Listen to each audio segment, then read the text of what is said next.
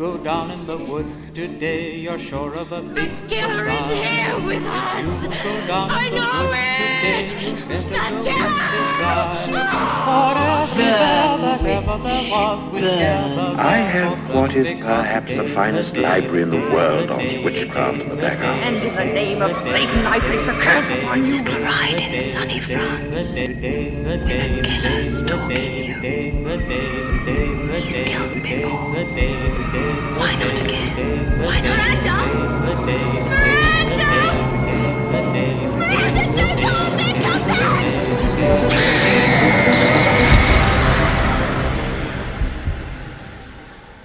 Welcome back to the Evolution of Horror. My name is Mike, and as ever, I am your host. If you're tuning in for the first time, then welcome. In this podcast, we explore and dissect the evolution of the horror genre by looking at particular subgenres across several weeks. We are currently in the midst of exploring the evolution of folk horror, and this is part 14. Now, as we are approaching the end of the series, this is our chance to mop up, to sort of cover a few of the lesser-known folk horror titles that we may not have covered in depth so far. So this is going to work as one of our Also Rans episode, in which we're going to cover a whole bunch of titles, spoiler free, as a list of recommendations. So before I get started and introduce my brand new guest, don't forget, as we approach the end of the series, I am going to be looking for the listeners' favourites, the listeners' top 5 folk horror movies. That way, in the last episode, I can end with a little countdown of what you voted as the greatest ever folk horror movie. So, with a couple of weeks left to go in the series, this is the time to start writing in. Send me some of your choices, send me some of your picks, your favourite folk horror movies, and why. Get in touch. The email address is evolutionofhorror@gmail.com. You can also find us on Twitter @evolutionpod or on Facebook. That's facebook.com/evolutionofhorror. You can also find us on Letterboxd. That's @evolutionpod, and that's where you can keep up to date with what movies we're going to be covering in the future. And very soon, I am going to be revealing via social media what subgenre the next series is going to be covering. So, if you want to be kept up to date, if you want to check out some of those titles in advance, then the best way to do it is to follow us on those social media platforms. But let's get started. We've got a lot to cover this week. If I were you, I'd prepare. I'd have with you your notepad and pen, or, you know, whatever the sort of iPhone equivalent of that is, because we are going to be listing about 20 plus titles within the next sort of 2 hours. So we've got a lot to cover. Joining me to discuss all of these movies, I mean, he was the perfect guest for this because he comes from the movie industry. He watches a lot of movies for his job, and he's pretty much seen what seems to be every horror or genre film ever made. I mean, seriously, the knowledge that this guy has of kind of obscure genre movies is incredible, second to none. So I'm very lucky to have him here with me this week. It is my great pleasure to welcome to the podcast Giles Edwards. Giles, hello. Hello, mate. How are you? Very good. How are you? I'm very good. Very tired. It's that kind of season where, I mean, I'm a film business bod, so I kind of, you know, it's busy festival season and tracking everything and oh my god, yeah, we are like deep in festival season. Deep in festival season, absolutely. Yeah. So tell us, for people who don't know what you do, tell me a little bit about yourself. So I'm head of acquisitions and development for a company that's actually called Queensbury Pictures. It's part of a company called MPI. So MPI are a American Chicago-based film company. They produce stuff and sell stuff, and you'll have probably heard of some of this. We've done Stakeland, The Innkeepers, House of the Devil, Starry Eyes, Tickle, Catfight, a bunch of stuff like that. So my job is essentially to go out and find those Ty Wests, those Ben Wheatleys, those Julie de Cornells, those Jennifer Kents, those people out there, kind of in the UK film landscape and Europe, and you know, try and get some of those kind of things up and running. So it's very cool. Yeah, that's amazing. It's an okay job. That is really good. It's an okay job. So by the very nature, lucky. yes, I was going to say, by the very nature of this job, then you have to watch a lot of genre films, I guess. Yeah, it's great. I mean, it's pretty much you have to read about them, write about them, watch them. Good, bad, the ugly, everything like that, and I can't be lambasted for that. It's great. No excuse not to, really. So yeah, it's great. I kind of get to live and breathe it, which is that's amazing. I pinch myself every day. Absolutely. People are always talking about at the moment, you know, like we're in a particularly like great time for horror and genre cinema and that kind of thing. I mean, do you think that's true? Is that kind of what people say about every generation? I think it's always been. I think everyone says the dearth of the 90s, but you know, I think it's just there was a transitional bit where, you know, DVD was kind of coming in, and the VHS boom kind kind of was lulling, and maybe even saw that was a bit of a transition period. But there were some great films then. There's some great films in the 2000s. There's great films in this decade. I think there's always ones. You just have to maybe look further afield. I think the cycles that people see are the studio cycles and the big kind of talked about. Very mainstream kind of things. And that goes in peaks and troughs, of course. But look below that and look beyond English speaking territories. Then it's been every year. There's knockout stuff from either Latin America or from Korea or from Australia, New Zealand, or from Central Europe or wherever. There's always something there. And I think if you're complaining about there not being there, you're not looking hard enough. Yeah, you're so right. That's so true. We were talking actually just after Fright Fest about how Latin America. It seems to be some amazing sort of South American stuff. Coming out at the moment, man. I mean, and there'll be even more. I think there's a real wave. Kind of it's not really a resurgence because I think Del Toro's always been there, and then Jodorowsky, and I mean, actually, in I think the conversation we'll have, there are a few from kind of Mexico, South America that there's always been a very vibrant kind of sort of horror scene there, but for some reason it's the thing that people have latched onto now on festivals. And there's an amazing director called Damien Rugna who had a film called Terrified. Oh my God, I love Fright Fest, which he's just indicative of this new wave of young guys who are working in pretty kind of crazy conditions down there. I mean, economically, socially, politically, it's fucked. I mean, it's a really weird place, but as we know from Texas Chainsaw Massacre and other things like that, from these kind of sort of chaotic kind of beginnings, they sort of transpose that into something that is resonating through what films they're making, and it kind of gives it a real kind of substance and subtext, and they kind of exorcise their what's going on there into these films, and it kind of for some reason makes them really resonate. So hey man, it's great for us. That's so great. I'm going to put you on the spot and ask you, what's been your favourite thing that you've seen this year? Like, what's been your favourite genre film of the year? What do we call a genre film? Because You Were Never Really Here is my favourite film of the year, which I think is a genre film. I mean, Sam Ashworth, I know, was on the podcast, and he said it's his favourite horror film, and I think I'd probably say it's a stunning film. It's a horror film, absolutely. I mean, I kind of thought the same about We Need to Talk About Kevin as well, which I just thought was terrifying. And I mean, maybe a different way, but this really goes there. I mean, it's a proper, horrific in a very obviously psychological way, but it's visceral and not just thematically, but on screen it kind of really packs a punch. But in terms of I guess pure horror, let's put inverted commas in. I mean, Hereditary is a very boring answer, but it's amazing. It is Terrified is amazing. Yes. There's a movie coming out it's playing LFF, I think, called Knife Plus Heart, which is amazing. Is it? It's a giallo kind of it's not a throwback really, it's a kind of a pure 80s set kind of French giallo thing by a filmmaker called Jan Gonzalez, whose brother is Emanate. It's a very hip kind of composer, director, brother team, and it's Vanessa Paradis, and she plays a kind of a porn director who kind of her history of her last film kind of comes back to haunt her when someone begins killing people in the way that the film was kind of made. It's great. It's cruising. It's De Palma. It's all these kind of things. Yes. Was this on at Cannes? Was it? Yes. Yeah. It was actually in competition at Cannes. I remember hearing people much tweet to about it. people's aghast Yes. exclamations, I think, when it actually did. I mean, I loved it. It was amazing. I'm so excited. I just remember hearing all of the talk at Cannes about it. It's great. I mean, look, it's super, super chintzy and it will be divisive because it's incredibly on the nose, and it's not subtle. But if you like De Palma and that, if you love De Palma, you love cruising, you love that kind of thing, it is an absolute blast of enjoyment. Brilliant. Wonderful. So what we've been talking about for weeks now is folk horror. Folk horror. Obviously, I've been asking everyone this. It's a weird thing to define. I mean, what do you think of when you think of folk horror? Well, I don't want to throw the cat amongst the pigeons, but I actually don't think it's a genre either. No, well, I don't want to blow your 12th week or something like that. But I would actually say it's not a genre in the way that period films aren't genres. Yes. Things like that. You can do stuff within it that can be funny, scary, weird, all manner of things. The exploitation genre is in there, and proper satanic stuff is in there, and which, I mean, we're going to talk about a variety of films that are all there, and I think it's more like it's like a mode maybe, or something like that. I don't know, a feel or an aesthetic. I mean, actually, right. I did a bit of research, as I like to do. You talked about a guy called Adam Scoville who's written an amazing book all about horror. He's been like my Bible. Yeah, and he there's a quote. I mean, forgive me if you brought this up before. Actually, no. In the many weeks, he cites a guy called Andy Picurek, I think is the guy. So he's an author and illustrator, And he says, one may as well attempt to build a box in the exact shape of mist, for like mist, folk horror is atmospheric and sinuous. And that's probably a very pretentious way of saying you can't really define it. You see it, you know when you see it, it's like obscenity. In that kind of way. It's kind of, you know the feel, you know the look, you know what it's kind of doing, and it's something that is, by its very nature, maybe uncategorizable.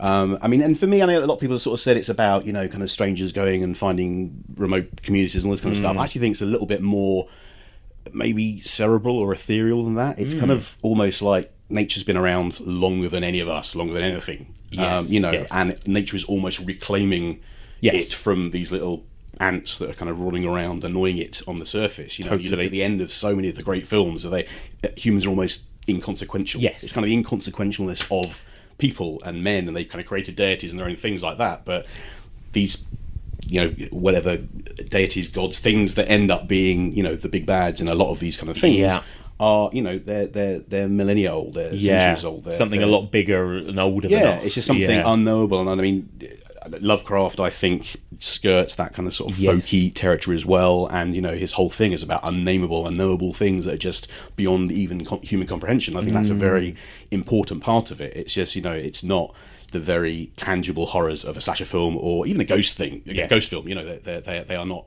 They're ethereal, but you can see them. It's a thing that is scaring you or attacking you or trapping you or whatever. With folk horror, it's a much more intangible kind of esoteric kind of threat, isn't it? That is almost a feeling. You know, I mean, at the end of something like Baby, the Nigel Neal thing of Beast, it's not, you know, you never really see it or define it, and sometimes it is just a look, or someone's sanity is completely shredded by something else. You may not even see it, but that's kind of not the point. No. Look at the Blair Witch Project. You don't see anything. You know. You know. So it's you know, it's probably a frustrating answer, but I think that's the fun thing about folk horror, you see, because it's so it is so wide ranging. You can kind of put so many things in it, and I think the dialogue is, you know, kind of pretty furious about what is, what isn't. You know, it is, and it feels to be really popular. You know, people do seem to be embracing it at the moment as well, and again, maybe, you know, recent movies like The Witch and Kill List and things like that in the mainstream as well, but it has seems to have caught people's imagination again, which is quite fun. And I totally get what you mean in terms of, can you even call it a subgenre? I think with slasher is the perfect example of an actual subgenre that really feels like it has its rules and conventions and it's step by step kind of, this is what you can spot, you know, whereas folk horror, like you say, it's pretty much indescribable. So but I think that's from where the horror comes from. And it never seems to be resolved either. A lot of the great folk horror films, you know, don't have an antagonist and a protagonist who get in a fight and one of them either does or doesn't die. I mean,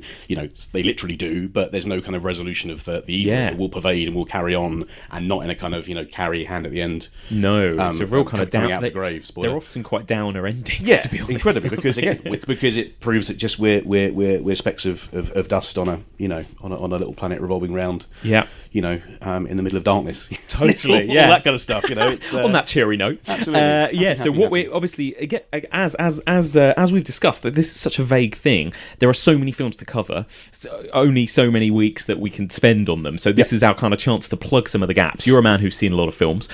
You have I asked you to compile a list of maybe around 10. You've come up with a list of 20. I came up with 20. Yeah, we may talk about 20. We may put a few in a few together. So and actually, it's a list of 20, but I've got some also rans as well, which we can list off at the end. Exactly. So I think it's just for people to see as well. I think it's, you know, the thrill of, I think, this podcast and everyone who's been talking about it is that it gives opportunity of people to see stuff that they maybe haven't heard before, maybe they have seen before, maybe they want to revisit and everything like that. And that discussion is, you know, it's there's so much stuff out there for people to see, and it's, you know, even, you know, people like me and Brad, and assume, you know, who've seen a lot of stuff. There's always something you haven't seen or something you've got. I've always been meaning to see that, or I've heard about that. Let's now kind of put it in context and watch it within the canon. So we've got 20-ish, maybe a few more, maybe a few less. Some of these I've probably not seen or even heard of, so I'm really looking forward to as well hearing a bit about them. So what are we going to do? We're going to go through sort of chronologically. Let's try chronologically. I'll put a list together. That seems to be the way it is. The only kind of thing I gave you was basically not to go beyond the sort of into the 2000s, really. Yeah, which I don't think I did. No, I think we we stayed up to the 90s, from about the 20s through to the 90s. I think we ended up doing. Because there you go. Because there are so many, and there were so many just in the last few years. I'm doing another week next week with someone else where we're just going to do a few modern ones, basically, The Ritual and all those others. So this is kind of strictly 20th century folk horror, also Rands. Brilliant. Nice. All right. So what's first on your list? Haxan.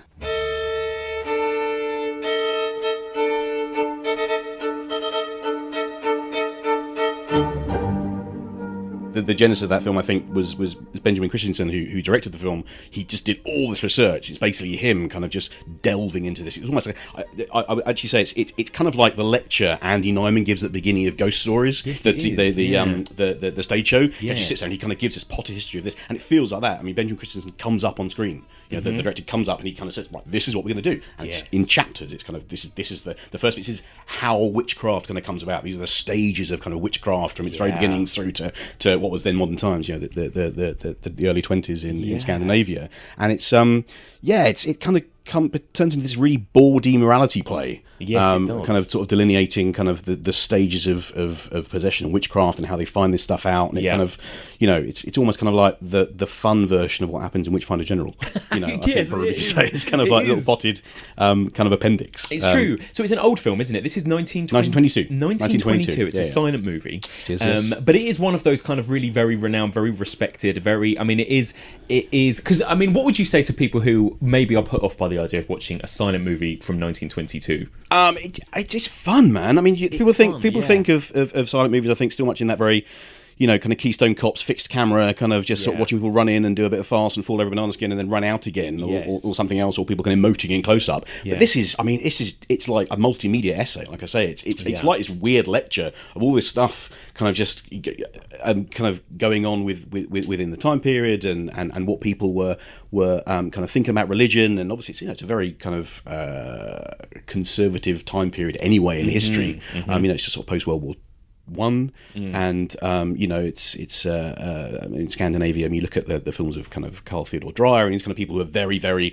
kind of into very staid, oppressive, religious kind of atmospheres. It's coming from that kind of background, but you've got a woman roofing a monk. There's a kind of a stop motion demon like something out of The Gate or something. It's some really wild and wacky kind of stuff you wouldn't expect to be in a film that is pretty much 100 years old at this particular point. God, that's amazing. And it's certainly got influence on kind of sort of Pasolini's films, De Camera and The Canterbury Tales, and then a film from a couple of years ago, Matteo Garrone's Tale of Tales. I mean, you can sort of see that influence seeping in there as well. It's kind of very bawdy, kind of larger than life, kind of quite a fun evocation of this probably quite chilling kind of period in time. I mean, like I say, Witchfinder General did it in a very visceral, unpleasant kind of way. This is kind of not setting up necessarily, but kind of seeing the kind of the larger than life kind of fairy tale, kind of very gothic. Yeah, it has got a fairy tale, folkloric, obviously very. The delineation between folk and folklore, I think, is something that is very much in the crossover of all these kind of films. Definitely. But it is very much tales of the earth and nature and these kind of elemental forces,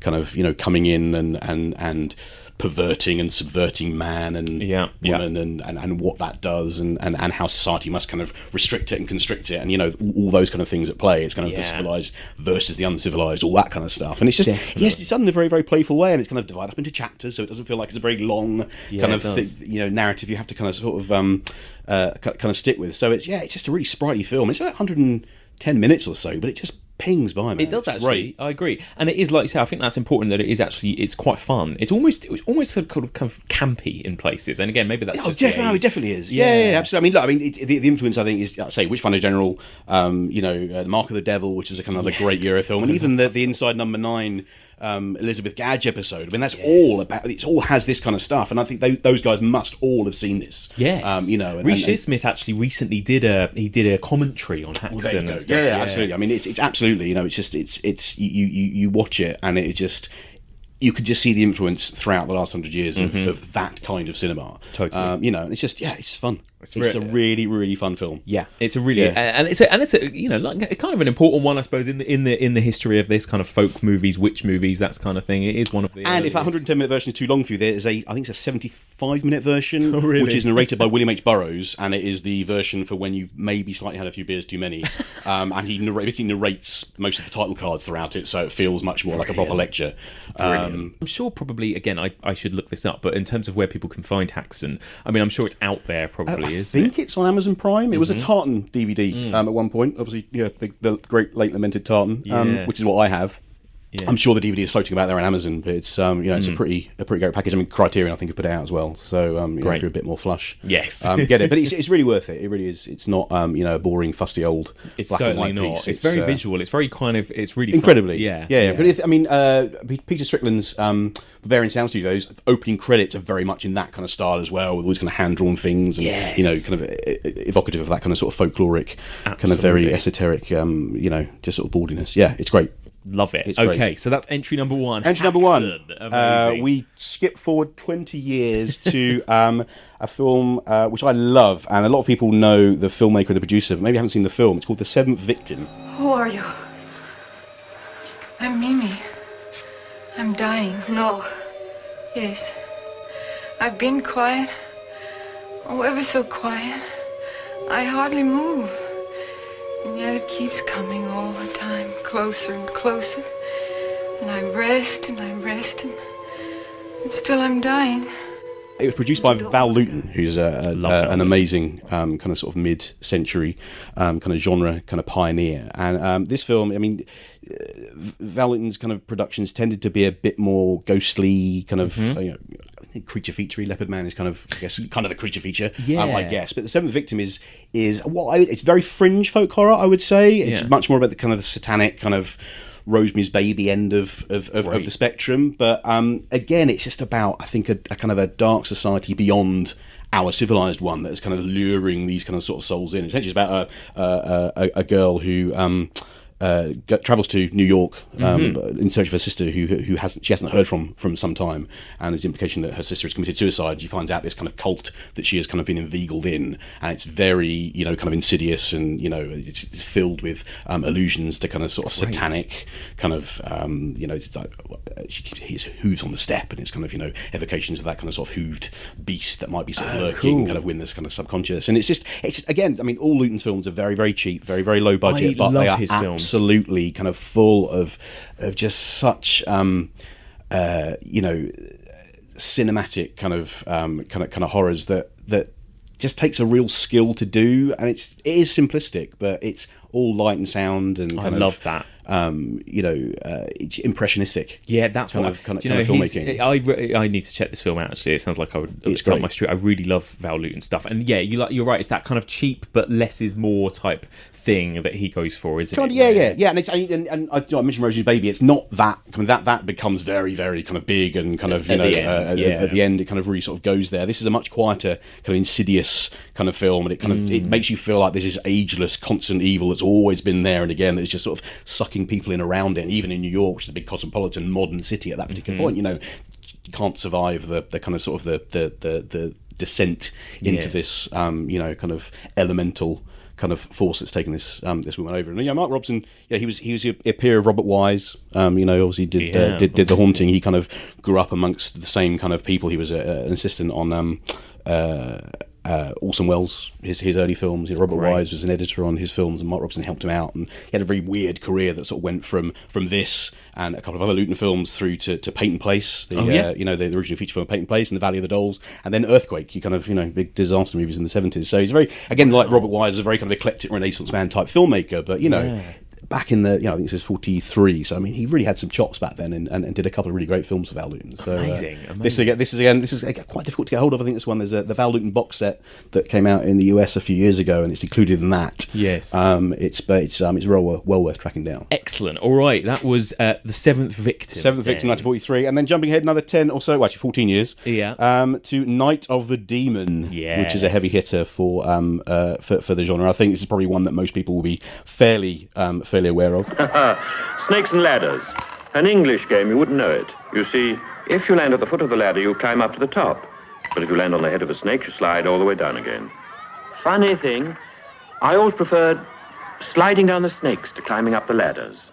You're a doctor of psychology. You ought to know the answer to that. Maybe you're a good loser. I'm not, you know. Not a bit. I mean, a slight tie-in to Val Lewton, actually. It wasn't Lewton produced, but it was directed by Jacques Tourneur, who obviously was a big kind of collaborator of Lewton's in his MGM days. I mean, this is kind of just one of the classic kind of cornerstones of again, is it folk horror in that kind of way? It's a not tricky really, one, but not it's really. runes and it's kind of, ancient magic rituals and all that kind of stuff, and it kind of is a very it's an M.R. James story as well, Well, exactly. who wrote the original story. And M.R. James is all of his stories are kind of on the cusp of folk horror, Yes, there was that intangibility and that kind of, ever so slightly hidden kind of ritual that and is they just kind behind. of old something under the soil or whatever. Exactly, it might something's be, there, and we are insignificant in the face of it. I mean, that's the thing. And this has that in spades. Dana Andrews is the skeptic who kind of tries to poo-poo this, this character played by Niall McGuinness, who is, a kind of a practitioner of this kind of ritualistic magic, kind of shamanism, dark arts or whatever. And he kind of, plants it on Dana Andrews and says, well, there you go, and it's in the face of faith and belief, and what's stronger, faith and belief or the actual magic itself, and the push pull is there right up until the very end, which I would like to say is ambiguous until the massive fuck off demon kind of turns up, which I love as well. I mean, I bet you do. I do. I love it. I mean, That it goes for there. me is what lets it down. Yeah. I wish I didn't see that demon. Yeah. Because everything else, I just love that film. I think it's wonderful. Yeah, It's great, but even that at the end, that you could read it as, is he seeing it, whose point of view is it, all that kind of stuff. True. But that again is just such a strong visual kind of movie, and really one for people that maybe think black and white films aren't for them. Watch this, because it barrels along at a hell of a pace. It really does. And you look at something like Drag Me to Hell, which is basically Night of the Demon updated with Sam Raimi's kind of sort of zowie filmmaking style, but it's the same kind of thing. It's that it just propels you from, as soon as this very, very simple idea of this kind of runes that are given to someone, if they don't get rid of them in however many days, 7 days, whatever. I mean, it's The Ring. It's all over again. It's that kind of stuff. It's just that it's just such a simple device, and just the tension and the terror that he wrings out of it in this bucolic kind of British kind of urban, rural kind of atmosphere, kind of home counties. It's just great. I've heard, I don't know if this is true, that Jacques Tourneur, in the great tradition of his early films, didn't want to show that demon, and he was pressured by the studios to put that ending in. I mean, look at the Lucian films he did. I mean, he is absolutely the Curse of the Cat people is like you say, he did these kind of creature features, but you never saw the creatures in a lot of them. Exactly. I mean, that was budgetary constraints, but it ended up being much more evocative because of that. So Night of the Demon, then, again, I'm sure a lot of people out there know of that film, and I think it's pretty widely available. It was very, very happy circumstance. It's coming out on a lovely Blu-ray edition through is it Indicator, I think, Powerhouse Films, their Indicator label, which are really, I mean, they are kind of at the cutting edge of that kind of retro catalogue stuff, much like Arrow. And Eureka are, and they're bringing out a stacked edition early October. Yes, I think that's it is. right. I remember seeing a link for it. Yeah, so it's pretty pricey, but it's a really lovely edition with some cracking kind of extras and a booklet and all this kind of stuff with it. So, and it's a really well made film. And again, if you're into M.R. James and all of that kind of thing, I mean, this is it's a proper romp, man. It's a proper romp. It's really, I mean, it's not going to be lingering with you like Rosemary's Baby or some of the or Texas Chainsaw Massacre. It's not going to scar you or kind of leave you kind of drained. It's a proper romp. Great fun. Yeah, absolutely. So that was Night of the Demon then. Night of the Demon, skipping forward a couple of years and over the English Channel to Europe, and Black Sunday, Mario Bava's Black Sunday, 1960. Black Sunday, the most terrifying motion picture you'll ever see. Satan, wearing strange robes and fighting with all the furies of Hades, arouses the countryside to a frenzy of black terror. So, I mean, again, this is one which is, it's folk horror because it's based on folk tales, really. I mean, it's actually adapted from the same story that the Russian film Viy, or V-I-Y. That is a great however film. You pronounce it. Yes, that film was recommended to me recently by Anna Bogutskaya at the CFI. I mean, it's wonderful. Again, very strange. Much in that Haxan mold. It's just one of these very, very kind of takes all these very, very ancient kind of European kind of folkloric traditions and kind of just rolls it up and flings it out, and this kind of an amazing cinematic kind of tour de force. Yeah.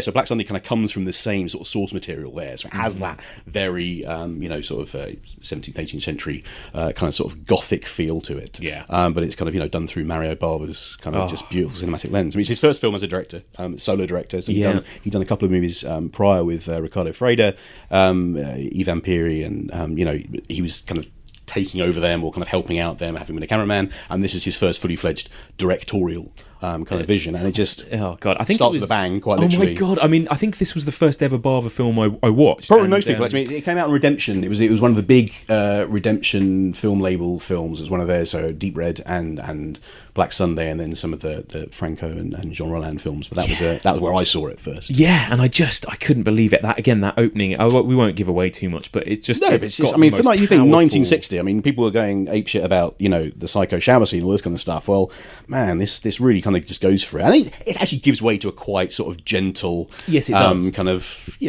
somewhere between Hammer and kind of Dark Shadows kind of sort of feel. Absolutely, for a lot of it, but it's got this kind of amazing central performance from Barbara Steele and the brilliant Barbara Steele. And again, that's another film which has just resonated down through the ages, through things like Sleepy Hollow, and who just really directly referenced that kind of sort of gothic cycle of stuff. And again, I think maybe it's fringe folk horror, but it just definitely has this kind of old worldy. Yeah, it's got that period set kind of, like you say, rural oldie worldy kind of. Yeah, and it's an ancient kind of this ancient presence and being kind of just rising up and just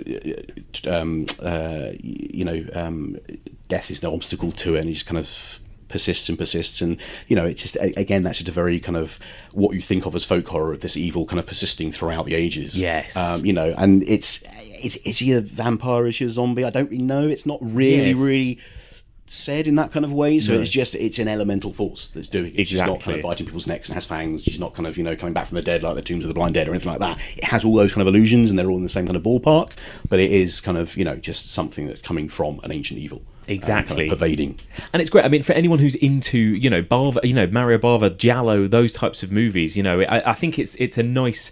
We're going to be talking about a couple more probably as well, aren't we? A sort of Italian Giallo-esque kind of folk horrors, but it's a nice kind of. You obviously get that wonderful kind of Italian visual flair added to this folk horror subgenre. Oh, it's not subtle. It's very luscious, hugely theatrical. Everything, it's shadows and light and sound and wind machines and just emoting, and it's just it's very in your face, and it's unabashed. Kind of proper cinema, as you think this old stuff would be. I mean, it feels very much like those Hammer films, except it's in luscious black and white. So it's a real nice kind of transposition between, the kind of the Val Luton Universal days of this lovely black and white, beautifully. Yes, it feels like that, actually. Creaky gothic ambience, right through to the kind of the more bawdy, heady kind of stuff that Hammer was doing. I mean, at the time, actually, it's contemporary of Hammer. I mean, Curse of Dracula and Frankenstein were sort of the late 50s, and this came 2 or 3 years afterwards. So it must have been influenced by that. So taking those trappings, but again having this European folkloric kind of ambience as well. Yes, yeah, I love it. I'm a big fan of Bava. I actually always been more of a fan of Bava than Argento, personally, in terms of his films. But maybe I just like that kind of classic kind of, I don't know, slightly more gothic-y kind of, even Blood and Black Lace has a bit more of that feel. A little bit, and even things like Baron Blood and Lisa and the Devil and things like that, which are very, they're not really Black about Sabbath as well. Absolutely, the Verdelak, which is obviously is again, it's a folk tale. I mean, there's a brilliant ghost story in that, at the end of Drop of Water, but the Boris Karloff one again is a proper, kind of folklore. Folkloric tale from from Eastern Europe. Yeah, so totally right. He was definitely into that much more, maybe much more, I think, than the later kind of more visceral kind of stuff, $5 an August Moon and Twitch of the Death Nerve. He really had both of those in his kind of canon. He did, he nailed both. Again, he just knocks them out of the park. He was a cinematographer first, wasn't he? Exactly. Right? And so again, he's so visual in kind of what he does, and not just just kind of camera movements, things like that, but just every bit of the frame. He's just using every bit of the frame and making it kind of just, you feel it's so. He's probably one of the most atmospheric kind of filmmakers of that particular era, who just you just drips in atmosphere. Yes, and actually even Kill Baby Kill has a feel of absolutely, kind of as well. It definitely. I mean, much more of a kind of a ghost story. But it's all part of the same. I mean, it would make a great festival. It would. It would. Yeah. Which I'm sure many people have done. Come up with a new idea. If not, let's do it. Amazing. All right, so that was Black Sunday. So 1960, same year in the UK, is a movie called City of the Dead. This is Whitewood, Massachusetts. A young girl, a stranger, has come to Whitewood to do research. She has come, she thinks, to study. Leave Whitewood. Leave Whitewood tonight. I beg of you. Leave before it is too late. Which is it's a Christopher Lee film, but Christopher Lee not being a vampire, being a little bit more, maybe no less insidious, but certainly not the kind of sort of becaped, befanged Christopher Lee we know. This is directed by a guy called John Llewellyn Moxey. He's only in a few films actually. He ended up doing a lot of TV.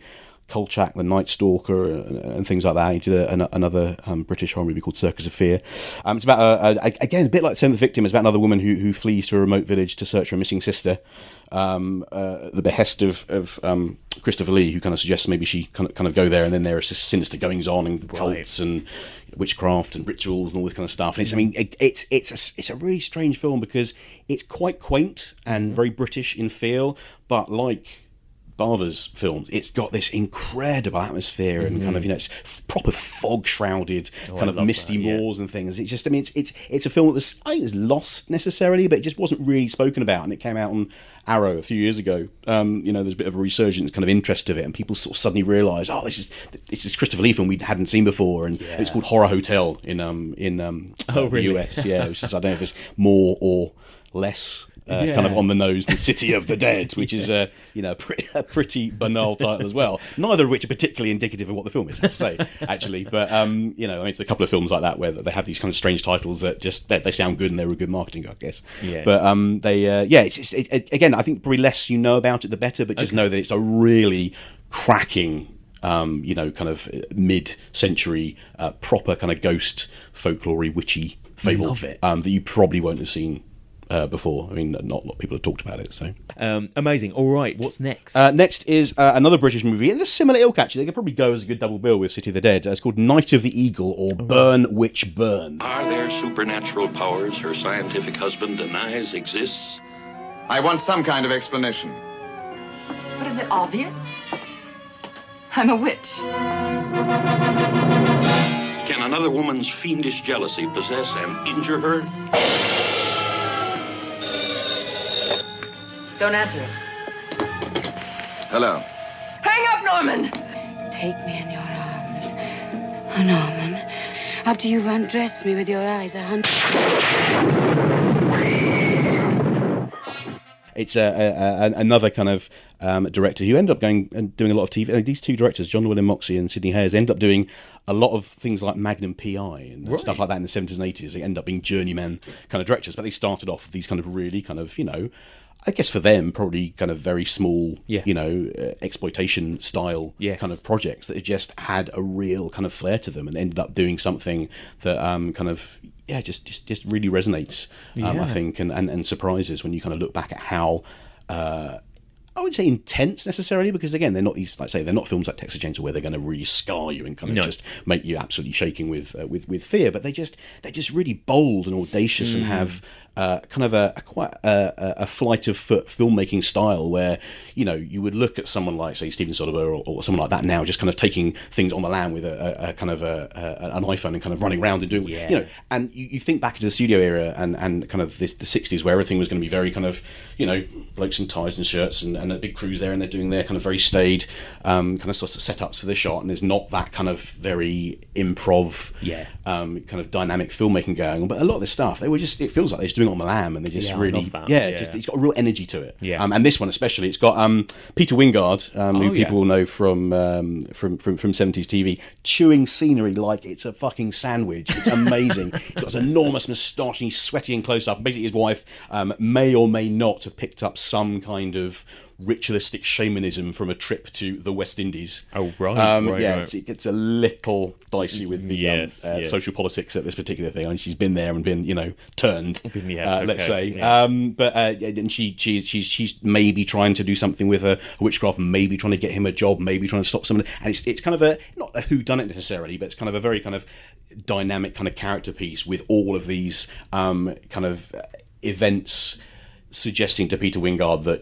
this stuff is getting more and more closer to home to him, and is he getting more and more in peril, in danger. And it's got some. It's again, knowing as little about it as possible, but just know it really rollicks along at a brilliant pace. It's the kind of movie Sam Raimi might have made had he been in the 60s. It's got that kind of pace and that energy, and it goes hysterical, it goes over the top, and the end does. It's called Night of the Eagle. There is an eagle somewhere in it, and it's fucking incredible what happens to this thing. It's great. I'm starting to feel like I might have seen this, actually. You may have. It's the kind of thing that pops up. I think I've seen it on TV or something. Studio Canal released it on DVD a few years back, so there is a DVD available. It's starting to sound very familiar. Love it. I love that. I love that the Burn Witch Burn is because when you first said that title, I just in my head I thought it was going to be some sort of Mark of the Devil, Witchfinder General type movie, which is probably. I don't know what's the date. 62. So no, it wasn't even that late. So I don't know what it would have been alluding to. I mean, Burn Witch Burn's a great kind of exploitation drive-in title. I'm assuming that's why. It sort of has implications within the film once you've seen it, but I think it maybe sets up a little bit more action than there actually is. But then again, Night of the Eagle again sounds a little bit like a Roman centurion film or something. So I don't know if either title is exactly right, but just know that, like I say, Peter Wingard just basically eats the scenery for breakfast. Love it. There's some amazing kind of very creepy kind of sort of voodoo magic bits and bobs, kind of sort of spiders and creepy crawlers and all these kind of sort of ritualistic kind of apparatus that goes with that. It's great. It's a proper bawdy. Bawdy. As a lot of these things tend to be. They sort of some of them are very subtle, and some of them are very kind of erudite and elegant, and some of them are just full bore. What I think people would derogatorily say B movie kind of thing. But they just go for it. They have no kind of sort of pretension to be anything but kind of rollicking great fun. So and this, did you say there was a Studio Canal DVD? Yeah, Studio Canal. Under the title Night of the Eagle. I'm assuming it's still in print. I mean, I managed to get one on Amazon. So it's a cracking one. Amazing. All right, excellent. That's the list. Okay, what's next? Next, going forward to the next decade, 1970, a film called And Soon the Darkness. Oh yes. A little ride in sunny France with a killer stalking you. He's killed before. Why not again? Why not you? A little ride in quiet places. Just a little ride in the hot, bright sun. Soon to turn into a nightmare. Stop! Please! A sun-drenched nightmare. It's written by Brian Clemens, who created the Avengers and did a lot of stuff in the 70s, like Captain Kronos, and directed by Robert Foist, who is probably best known for the Dr. Phibes films. This is slightly less eccentric and wacky than any of those kind of things. It's a much more kind of level-headed and much more European kind of feeling film. It stars Michelle Dottris from Blood and Satan's Claw. Yes.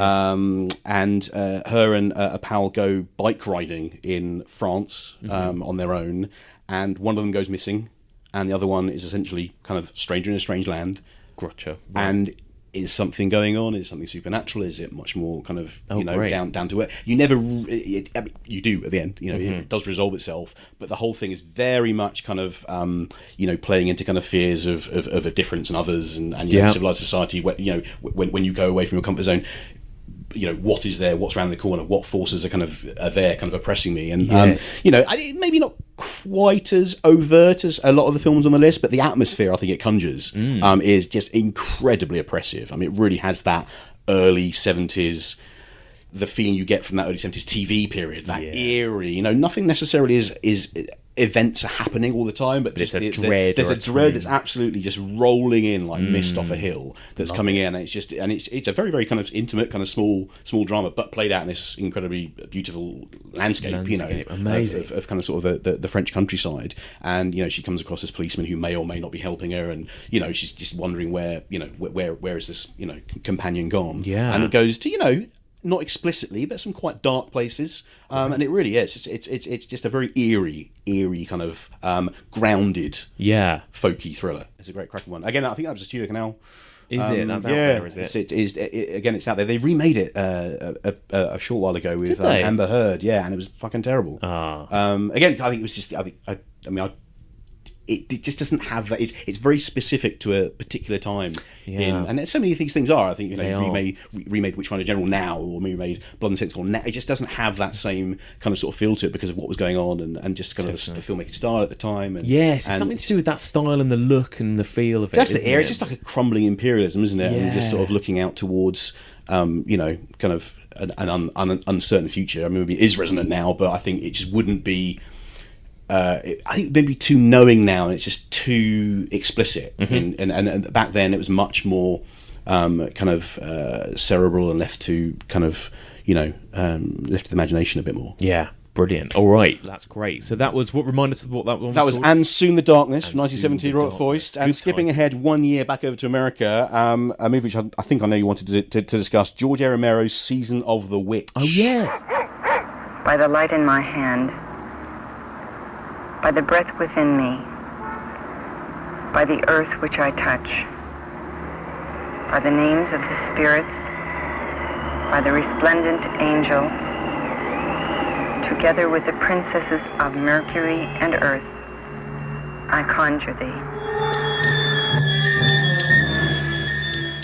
thee. The alternate title for this is Jack's Wife. Yes. Because it's very much grounded in kind of sort of social commentary about, it's kind of a very proto-feminist kind of film. It is. From a very, I think, socially aware writer-director, and George Romero is very, very, very left, liberal-leaning kind of kind of filmmaker, and very progressive in his kind of politics, both knowingly and unknowingly. With his black lead in. I know, I love that. In Night of the Living Dead, and it's obviously a discussion whether that was purposeful or not. But I think he obviously had that in mind. He was very aware of these kind of things. So writing stories and writing things, he was very sensitive to people and humanity, and he was just a caring dude, I think. And that substance really, I think, shows through in most of his movies. And this is a film which I would be shocked if Ben Wheatley and his mob hadn't seen this, because that social commentary mixed with slight leanings towards kind of gothic horror, unease, those kind of things, and just even the filmmaking style, the editing rhythms, it just is really uneasy and really unsettling from the offset, with this really weird, strange dream sequence where Jack's wife, who's never named in the film, she's called Jack's wife, is kind of sees herself locked in a cage, and kind of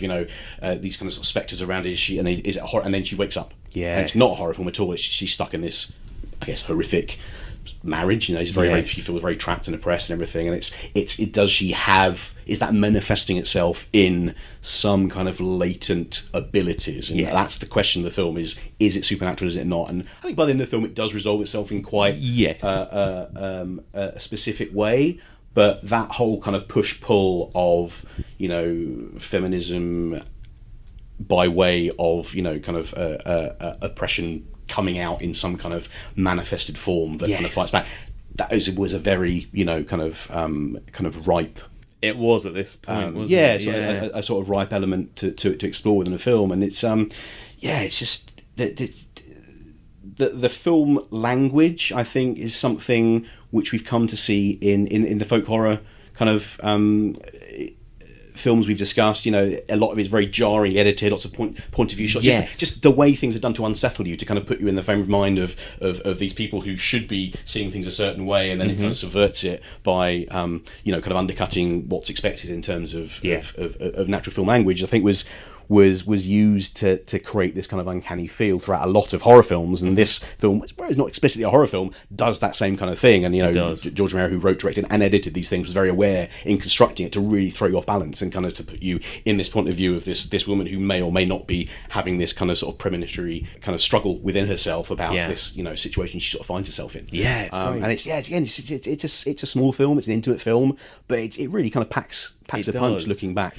It does, and I just thought they're very interesting. These movies that he did, between his really, really famous zombie movies that everyone knows. In the 70s, he did some really interesting, like Martin, that sort of vampire. It's a very good companion piece to that. I think, and that's a very, very, very frail, fragile, awful view of masculinity, Yes. flawed masculinity. Yes. This is a much more sympathetic portrait of a female protagonist, but it just throws you into that discombobulated, jarring kind of point of view where she's living this nightmare, and it kind of just gets, it doesn't get necessarily as grotesque as some of the kind of the great 70s horror films, but it's just as harrowing and jarring, and then when the end comes, it packs a punch. It does. pack a punch. Yeah, definitely. It's great. It's a really, really cracking film. It's great. It's really worth seeing. So that is Season of the Witch. Season of the Witch, not to be 1971. confused with Halloween 3. Not to be confused with Halloween 3. I think it's just as good as Halloween 3. It's just as good. Exactly. Yeah, definitely. All right, lovely. What's next? Let's go to 1972's Don't Torture a Duckling. Oh, yes. From Italian favourite Lucio Fulci. Here. And everlasting rest. He's here. Our Lord Jesus Christ. I know he is. Who with thee and the Holy Ghost liveth and reigneth forever. Here, I know. I know he is. The killer is here with us. I know it. The killer. He's here.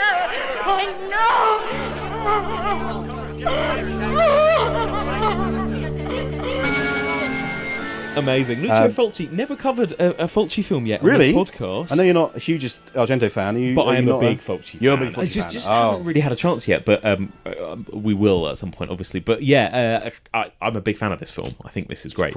It's great. It's one of my favourite Giallo films. One of my favourite Giallo films. Me too. It's primarily Giallo, but it's also kind of it's a really sweaty, seedy, and unctuous one. Yes, it really is. It kind of has all that kind of that kind of tone, and it's rooted in the rural, which is very because I don't want to get into social commentary on what Giallo is, but Giallo is a very urban genre by nature. Most of the films kind of are about cosmopolitan. Yeah, it's kind of all kind of underbelly of society. There are a few outliers. The Don't Torture a Duckling, Torso, House of Laughing Windows, that kind of take it out into the countryside, and they kind of sort of become quite conspicuous because of that. But I think it's a really interesting way of transplanting this kind of narrative model into something which becomes it becomes a bit more potent, a bit more kind of eerie and unsettling. I mean, and this is an eerie and unsettling film. Oh, totally. I wasn't going to, because I think somebody again sort of tweeted to say, and I didn't even think of it as a kind of folk horror, but then when I rewatched it, I was like, and it starts off with kind of things under the soil and all of that stuff on the... Yeah, and the film, it has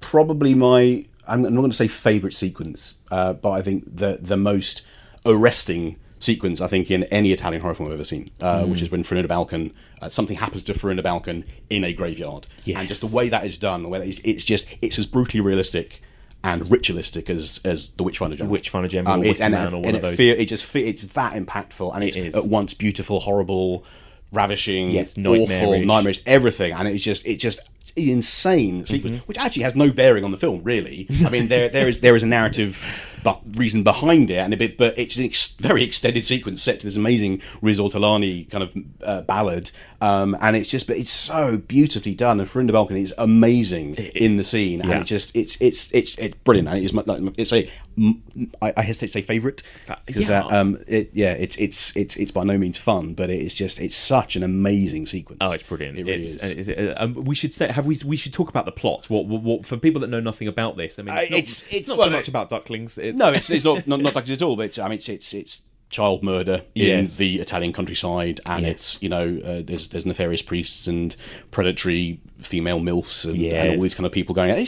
It's very typical Giallo territory of the underbelly of society laid bare. And it's just a small town in the Italian countryside rather than a cosmopolitan setting where what you think are respectable kind of pillars of the community, it turns out to be not quite so respectable. And again, less said about it the better, because it's a great whodunit, but it's a very earthy, feral feeling film, and I think that's why it feels of that ilk, and it feels all the bits of something like Blood and Satan's Claw, which aren't actually about the devil's skin and things like that, where you have Antonioni's priest and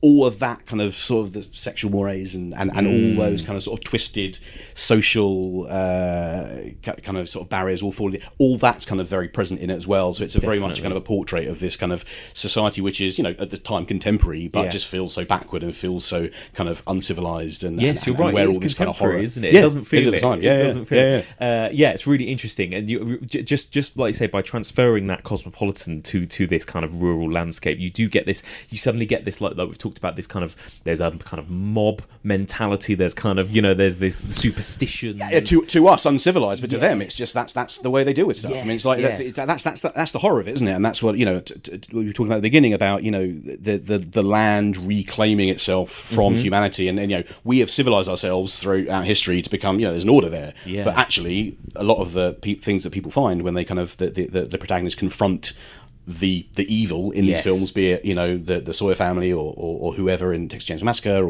or the kind of the backwoods kind of guys in Deliverance or something a bit more kind of satanic. It's just when we come to it, we're like, this is terrible. We can't. What's going on? To them, this is just the natural order. This is how it should be. Exactly. And that's kind of that's the push pull of that is the horror, and that's where it kind of all those kind of conflicts. The feral nature of that is just so unnerving and uncanny to us on a very base level.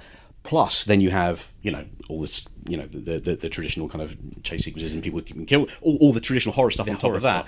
When those two sort of collide together, I think that's when you get this kind of I think that's why folk is so undefinable in certain aspects, because it is just a feeling of uncivilization meeting civilization and all the myriad ways that can collide and go wrong and explode left, right, and centre. It's it just makes it a really rich stew, and I think this marries it to a pretty kind of standard issue, a great standard issue giallo. It's still dead people and there's a murder at the end and he gets found out or she gets found out in meets a proper sticky end. Yes, exactly. It's great. One of the most amazing deaths of an antagonist in giallo. I should say it's brilliant. It is great. Well, if you're into giallo and if you're into folk horror, this will tickle your boxes in a way. That's why I think it's great, isn't it? Yeah. It's really good fun. It's awesome. So that's Don't Duckling from 1972. Let's go a bit further afield now to Australia, and I know one you're gagging to talk about. Yes. Picnic at Hanging Rock. What we see and what we seem are but a dream within a dream.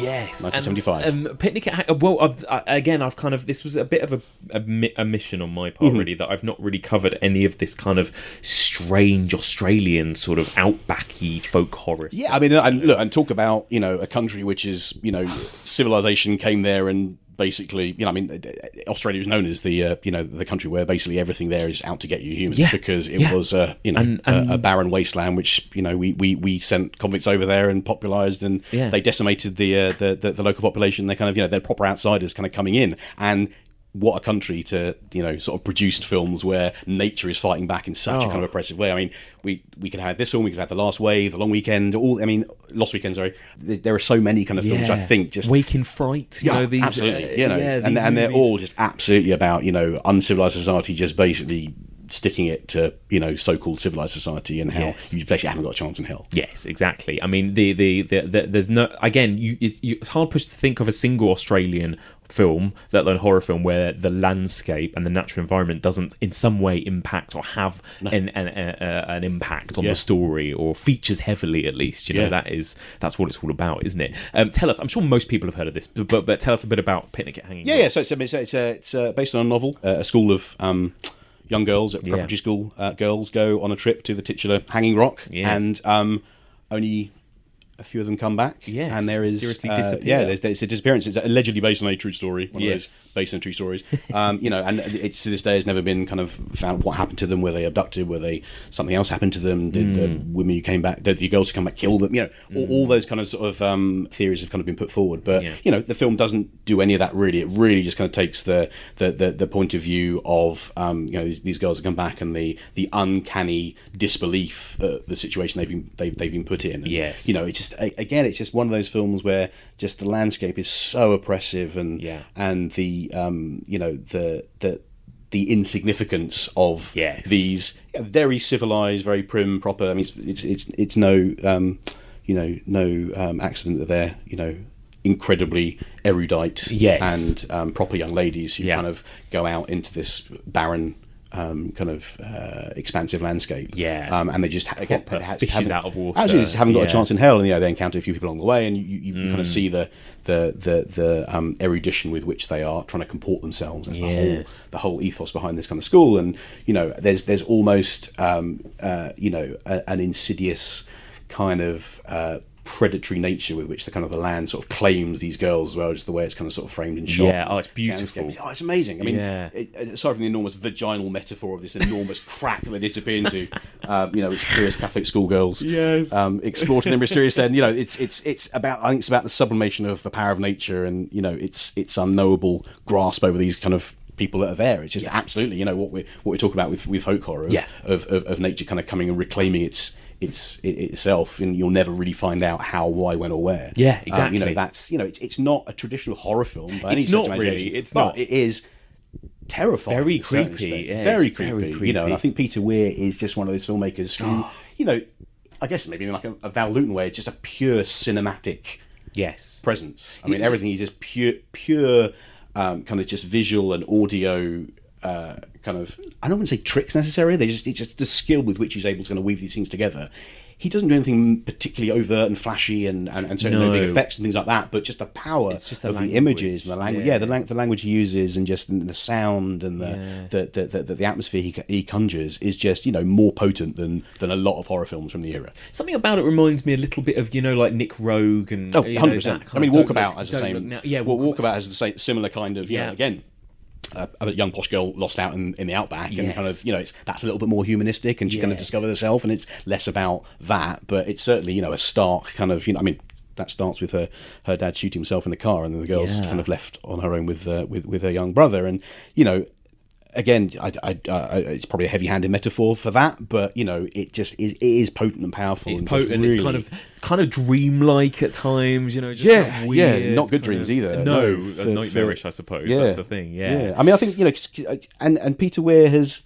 I think he's probably an agnostic filmmaker. I don't think there's anything maybe overtly religious in what he's doing, but he certainly thinks there's something more there, and he's certainly powerful. Certainly powerful presence and it's something I think you can see in something like Wolf Creek as well, which ostensibly is just John Jarratt terrorising his.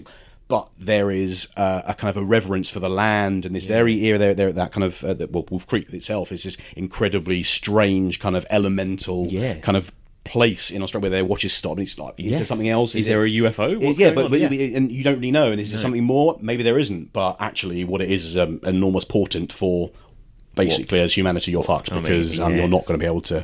You are insignificant in the face of something bigger and more unknowable than you. Yes. And it's the power of mystery and the power of it's got all those kind of quasi-religious overtones, I think, but Picnic Hang Rock. It's a Catholic school, so I mean that illusion is obviously very present. But I think again, Peter Weir is on the side of the agnostic, and that the unknowability is, just as terrifying as maybe the resolution of what might have happened. And the fact that you'll never know is just as horrific, just as upsetting, and just as uncanny. And one of those great unsolved mysteries is is at the heart of the horror, I think, of the movie. And and just individual elements of it. I mean, some of the sounds. I mean, when the score, when the girls are disappearing, it's nightmarish. It really is. It's properly nightmarish. I mean, just it's great. I mean, it's not the lovely poetic kind of period piece I think people might assume it's to be. It really smacks you over the head and does scar you, I think, in a way that a Deliverance or a Texas Chainsaw can do as well. Definitely. I mean, it has a slight more elegance and poetry to it maybe than those films, but it's certainly no less powerful. Yeah, we could really get under your skin still, definitely. Yeah. There's actually another there's a BBC TV version now. Natalie Dormer I think produced it. It's just finished on either Sky Atlantic or one of those, and then BBC Two as well. So I think they go further. So I haven't seen it, but from what I gather, they actually try and delve a bit further into maybe not resolving the mystery, but adding maybe more potential outcomes of it. So I think it expands. I mean, it's a 6-part series, so presumably it does go further than the pretty lengthy film already. I mean, the film's 2 hours long. Yes. But it doesn't go anywhere near trying to resolve exactly what happened. What's going on? You know, but it's just again, it's one of the great films of the 70s. Yeah. I think, and you know, Peter Weir was a young filmmaker at the time. He made a couple of movies before. He'd made The Plumber and I think The Cards That Ate Paris, and then he comes out with this, and you're like, amazing, isn't it? It's incredible. It's an incredible film. Yeah. So that is Picnic at Hanging Rock. Picnic at Hanging Rocks, absolutely. Then to something a little bit more close to home to what you've actually done. I'm assuming this might have been the one of the films that Brad was alluding to when he said he wanted to cover this, and he said, no, I was covering it. Oh, maybe. It's a film called Rituals from 1977. Oh, maybe it was, yeah. Which is very much a post-deliverance exploitation film. If you go down in the woods today, you're sure of a big surprise. If you go down in the woods today, you're sure of a big surprise. This animal's only been dead for a couple of hours. Look, Harry, somebody's playing a very sick game with us, and I want to know who, and I want to know why. If you go down in the woods today, you better go in disguise. April's dead, Harry.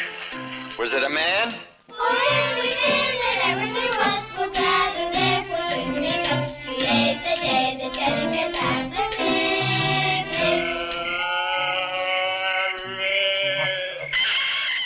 But it's a Canadian one, right? And I don't wish to sort of say that Canadians are more rarefied or elegant than their North American cousins, but this has certainly got a little bit more of the cerebral, poetic, uncanny nature than a straight exploitation film. Yeah. I mean, the setup is fairly similar. It's Hal Holbrook. And a bunch. Hal great Hal. And he's a doctor, and he's with a bunch of other kind of men of science, doctors, dentists, that kind of thing. And they're off on a boys' adventure out in the hills, and it's very much in in that deliverance just before dawn kind of mold. You know, they're out in the outback, away from civilization. You know, these men who they around a medical suite, and kind of sort of their technical language, they know that, but when they're out in it's not the outback, is it? What's it? The backwoods of the North American countryside. They think they're in their element because they're men, but they're actually not in their element at all. They're in the elements which are out beyond their control. Yes. And what do you think happens? Someone or something is maybe coming for them. Absolutely. It's very Canadian. In that I think it shares that sort of slightly otherworldly, influenced by other older cultures, like uncanniness. Like I say, it's not really kind of feral backwoods hicks that are doing it. It's got a bit more. It's got a bit more, and again, I think that's challenging men who are very sure of themselves because they are, empirically evidence-based scientists, and they know what's right and what this is this and this is this. When they're confronted with something else, they can't rationalise it, and that's the scary bit of the tale, and that's where the kind of horror lies. These guys realising that actually they're confounded by nature, whereas when they're back home, they kind of know exactly what's going on, and they can't work out and rationalise this, and they kind of get more and more kind of heightened in their panic and their unease, and it kind of just spirals off from there. It's another really interesting thing actually that we keep noticing, and we're going to talk about it a lot next week with movies like The Ritual and Caliber, but these kind of like these kind of comments on masculinity. It's like these kind of men who think that they can handle the outdoors, and again, it's always that they obviously cannot. And this is slightly less swaggering because, like I say, none of these guys are they're not Burt Reynolds and bows and arrows and things like that, and they don't necessarily sort of antagonise these people. They're just they're just out of their element, and they realise they maybe should have stayed in their little civilised world, because once they come out here, things happen. And I mean, it's kind of absurdist kind of horror to it as well as the tension wraps up. It's not a member of the party being raped by a mountain man or anything like that. It's actually the first thing that happens is their shoes get stolen. And you think it's a kind of that's a kind of a strange kind of thing, but if you think about it, it seems innocuous, but in the harsh wilderness, someone steals your shoes. It's actually pretty bad in terms of a metaphor. It's like, well, where can they go? What can they do? And that's the kind of just microaggression that these kind of sort of men are kind of sort of being confounded by until one of them remains, and it ends on again a slightly poetic kind of dark note, and in the way that I think Just Before Dawn, Just Before Dawn is before she does what she does with the guy at the end. But yeah, it's a mysterious kind of I know what you mean, slightly otherworldly resolution rather than necessarily a mano a mano kind of protagonist versus antagonist face off. It's got much more kind of elegance in mind when it's sort of coming at it. Because Just Before Dawn even has it too, where it's kind of like it's got this kind of awe-inspiring as well as terrifying kind of look at the surroundings, I suppose. Yeah, because I think from an objective point of view, as an audience, you can see the majesty of it's this. You can see why this nature can reclaim it, because it's awe-inspiring. It's intense. It's wondrous. It's nature. But and these little men in against the horizon are just insignificant little ants. But then you put yourself in the shoes of the protagonist and like, I don't know, I'm completely overwhelmed by all this. And it's just the interesting push-pull of that is great for a viewer to watch, because the horror is much more slow burning and kind of insidious in a way, rather than beating over the head like traditional exploitation film might do. It's a really difficult film to find. I think there's Code Red DVD in the US have released it. You can probably find it on YouTube or one of those kind of channels in a pretty ropey VHS version. But even there, it's just I think Hal Holbrook, that kind of sort of bastion of very kind of upright 70s, sort of. He's not I wouldn't say he's manly man in that kind of Burt Reynolds way, where he's very studious, kind of respectable type of guy. It feels you feel very, very bad for what's going on. I think maybe more than the kind of the Jokers in Deliverance or Southern Comfort, one of those who kind of they don't earn it necessarily, but they're kind of slightly upstarty, and they like you say, they think they know what they're doing out there. They're manly men who can go out into the outback. But that cockiness, exactly. But this is slightly more. Kind of sympathetic, I think, look, where these poor guys are kind of just out there and they just really haven't got a chance. Got hope. Okay. Love it. Okay, what was that one called again? That was called Rituals. From 1977. Excellent. All right.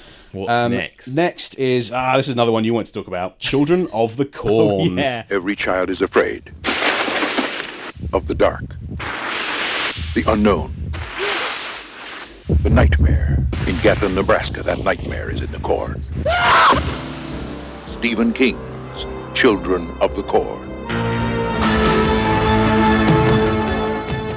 I love the Children. I've seen all of the Children of the Corn films. Have you? Oh my god! Yes, there was a point actually a couple of years ago where I went through all of the Dimension sequels they're on Netflix. So the Prophecy films, the Hellraiser sequels, the Children of the Corn sequels, the Mimic sequels, and was like, yep. Tick them off. I didn't even know the Mimic had sequels. Yeah, it's got only two. Not the 8, I think, that Children of the Corn has now. If there's one, there's more than one actually, but if there's one Stephen King book that could do with a remake, a re-adaptation, I think there's already 8 of them, and they're all basically the same film. That's true. I have to say, Good point. That's the thing. They've tried, haven't they? I think the first Children of the Corn, it is unashamedly an exploitation. Cheap DTV. Capitalising on the name of Stephen King, who in peak Stephen 1984, Carrie had come out, Christine had come out, The Shining, people knew him as a kind of and so they started to mine the short stories. That's where they started to go there. Look, the short stories, it's a great little short story actually, but it is a short story, and the film is very stretched out. It is Linda Hamilton and dude from 30 something with his hair, with Michael Bay hair. They kind of enter this small town on the way to somewhere else, and they run over a kid, and they try and find a doctor, and they discover that this town has been taken over by these diminutive kind of cult members led by the weird old-faced John Franklin, who I think was like 12 or 13 in the first film. Brilliant. He's actually in part 6 as like a 40-year-old dude, and he looks exactly the same. He looks exactly. He's like Gary Coleman from Different Strokes. Even though when he's dead, when he's when he's 40 years old, he's still just as scary. And they get to do exactly the same thing. He's like ageless. It's hokey as fuck, man. But it's got a really cool atmosphere to it. It's a really kind of, again, it's just these rural cornfields stretching out as far as the eye can see, and it's kind of it's got that they're not Amish, but it does have a very kind of folksy. kind of insulated, religious kind of vibe to it, where they are, they're outside, they speak in oldie, kind of almost oldie English, and they're kind of very oppressive rules, and it's very kind of, I guess, it's very, very kind of Methodist Baptist kind of, kind of leaning, and they're not allowed to play with toys, not allowed to do this, not allowed to do that, so it's a very kind of oppressive, culty regime, and you just have these two very modern, civilized. He's a doctor, she's a kind of a very kind of liberal, cool kind of mom type, and they can't comprehend that these kids are essentially breaking the rules. They're like, but we're adults who are telling you what to do, and the kid, and it's a very kind of it's a very kind of sort of social commentary, as well as the kind of civilized versus uncivilized kind of dynamic in a properly old-fashioned hokey. It's pretty hokey, but it's kids are always creepy in these. Kids are always creepy. I've got two kids, man. They're just as creepy. Actually, funny enough, Sam Ashurst cited as his favourite folk horror film as "Who Can Kill a Child." I thought you were about to say he cited "Children of the Corn" as his favourite. No. Not even Sam. Which has that kind of again, a much better film, but it has that kind of Oh, it does. I mean, there's a great. I mean, another element to the great folk horrors is the transgressive nature of a lot of them, and there is nothing more transgressive than adults harming children, I guess, in society as well as in film. So it does, it's edgy in that kind of way. I mean, in this, they definitely deserve it. Actually, in Who to Kill a Child, they do as well. But, there's no doubt from the offset that they are horrible little shits. Yes. And the first scene's amazing kind of diner scene where the kind of the first massacre occurs, and it's got this. It's actually an electronic score, but it's really amping up the kind of the choral kind of choral elements to it. And it's like a kind of a horrible kind of requiem mass, and it's just it's great. It's just got a real potent atmosphere to it. So what on earth happens? I mean, you don't need to go into detail on this, but what on earth happens in all the sequels? Then? Exactly the same thing. It's just a different bunch of people. It's just essentially new people. Well, in the second one, it's a bit more of a follow-on. To the first one, right? And it's I think it's a week later or something like that. Right. But the third and the fourth, it's just a different bunch of people coming to the town, right? Gotcha. And the adults have disappeared, and they get he who walks behind the rose kind of pops up or doesn't pop up, and people are get stabbed with corn or get caught in silos. But the most interesting thing about the Children of the Corn series is the careers that it launched. So in part 3, Charlize Theron is in it. Part 4, Naomi Watts is in it. Yeah. Part 5, Eva Mendes is in it. It's weird just looking back on these films, and they are I've seen all of them, but they're not by any stretch of the imagination much cop. Yeah. They are if you like the first one, they're fun. They all have the same kind of the same. Sort of just rural kind of uncanny hokey horror thing to them. That's their stock in trade. That's what they do. Thing. But it's just really fun seeing these kind of other faces pop up. That's brilliant. There's a lot of that with horror in general, isn't there? The horror genre, you get a lot of first timers and first performances and that kind of thing. It's just fascinating, isn't it? Of all the Stephen King properties, that's became the one franchise. Yeah, the Mangler had 3 sequels. Yes, it did. Yeah, 2, 3, and then Mangler Reborn. So in fact, they tried to reboot Children of the Corn not so long ago as well. I was going to say, surely that it's bound to happen at some point, isn't it? All right, so that was Children of the Corn. Children of the Corn had to be mentioned. It had to be mentioned. All right, what's next? Available in a lot of places. Yes, I think Children of the Corn. All over the place. Yeah. Same year, actually, is a film called Poison for the Fairies. Veneno para las hadas. Una nueva dimensión en el terror.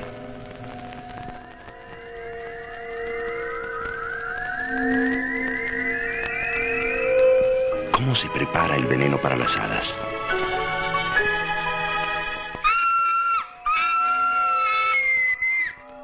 So this is a film that I don't think many people will have heard of, and I actually hadn't heard of it until last year. I mean, one of the things I did between Metrodome and my current job is I worked for 6 months with Shudder. Oh, great. So I was acquiring for them with Colin Geddes from TIFF and a guy called Sam Zimmerman. He used to run Fangoria Online, and now he's one of their head curators.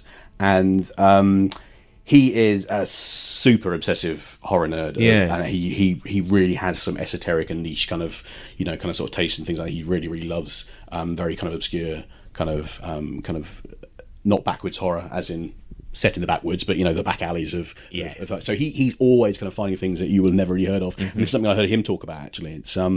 It's very much more of the kind of the witchcraft ritualistic kind of thing rather than sort of community schools community kind of thing. And it's, I think the film it would be most compared to, maybe it's got Spirit of the Beehive, that kind of thing. So it's actually a very elegant, kind of rarefied kind of art house piece, but has a really kind of dark heart to it. It's very much kind of Company of Wolves-y, Pan's Labyrinth-y, those kind of sort of fairy tale kind of gothic folk elements to it. Essentially, this little girl befriends another little girl who's an outsider in her town, and this little girl tries to impress her new friend by telling her she's a witch.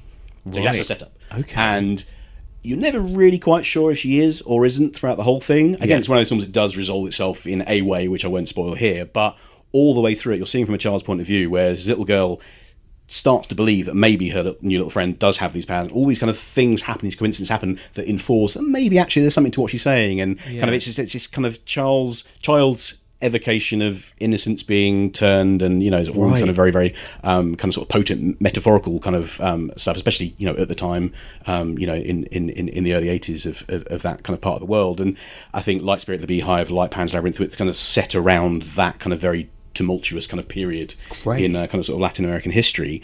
That it just has a real kind of sorrow and tenderness to it, as well as being very, very dark and uneasy. And it's just, it's a film which is really not spoken about at all by anyone. But it really deserves to be sort of as well known as any of those kind of sort of great kind of sort of Spanish language horror films that we all kind of know. And it's got a real, it hasn't got a Del Toro vibe in that kind of gothic, beautifully designed cinematic thing, but in terms of the heart and the kind of the tenderness which comes with the horror, the sort of humanity. It's just a really beautiful, very, very kind of sort of sad and kind of upsetting in a not a graphic way, not in a kind of who can kill a child way, but certainly in an emotional way. It's just these two very kind of sort of lost and lonely little girls who are desperately trying to claw onto something, and they just choose the wrong thing to invest in, one realistically and one in a belief kind of sense. But it's a lovely film. You'd probably only be able to see that on YouTube, I suspect. It's really, really amazing. Remind us of the title. Poison for the Fairies. Great title. Very cool. All right, Poison for the Fairies. I'll seek it out. Moving to the late 80s, and we have the majestic Pumpkinhead. Looking for an old woman. She lives somewhere in the mountains hereabouts. All she can do is take you straight to hell. You go home and you bury your boy. Some folks will say as how she's got powers. Who are you? Ed Harley. What do you want, Ed Harley? Say it. You're looking for vengeance. Vengeance. Say it. There's an old graveyard way back deep in them woods. The thing you're looking for is in there. Which again I think is poised between, I think the kind of sort of hokey creature feature horror and the backwoods kind of folksy exploitation as well. What it actually is, though, is one of the great American horror films, I think. I mean, I rewatched it a few months ago, kind of sort of in prep for this. I hadn't seen it for a number of years. And obviously, Stan Winston, who directed it, is an absolute legend. And Lance Henry knows Lance Henriksen. And you sort of remember, beats for the film. But if you look at that film, man, he directed the shit out of it. It is an absolute knockout. And I think anyone that hasn't seen it for a while, just go back and have a look at it, because that film is just designed and shot and scored, and the effect. I mean, it's so great. It's so great. And I think I remember when I first heard of this film being put off by the title Pumpkinhead. It sounds like it's a goof, right? It sounds Rumpelstiltskin. It sounds it's a real gut punch, emotional, dark.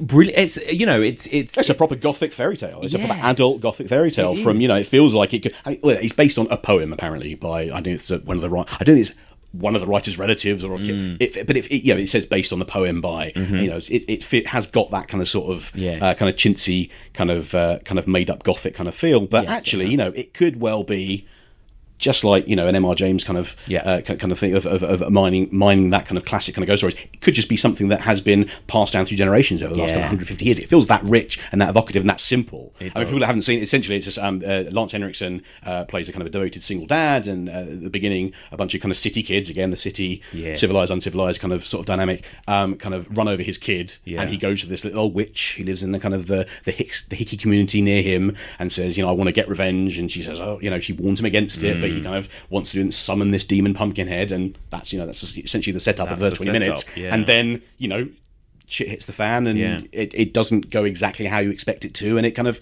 it's just a beautifully simple but so just astonishingly kind of put together. It is kind of horror film. And I genuinely think it's one of the great American horror films. Yeah, no, I agree, era. and it's really moves along as well. The fact that all of that happens in the first 20 minutes. You get this tragedy happen, and it's real kind of heart-wrenching stuff. And I saw it for the first time recently as a parent as well, and it's just that the moment when his son dies is proper heart in the mouth kind of. It really is the Kramer versus Kramer kind of real wrenching kind of parental stuff, and it's the way. And Henriksen has never been better, I would say. And even in Aliens and Near Dark, maybe in Millennium, I think that's the kind of level he's playing at. But he's a genuine, grieving, absolutely intensely distraught father, and you just believe every single beat of it. And in his etched face, amazing Henriksen face. What a brilliant face. He sells it, and it's never winking at you. It's never corny. Never. It just it could be. I mean, the old witch is just under layers and layers of kind of makeup.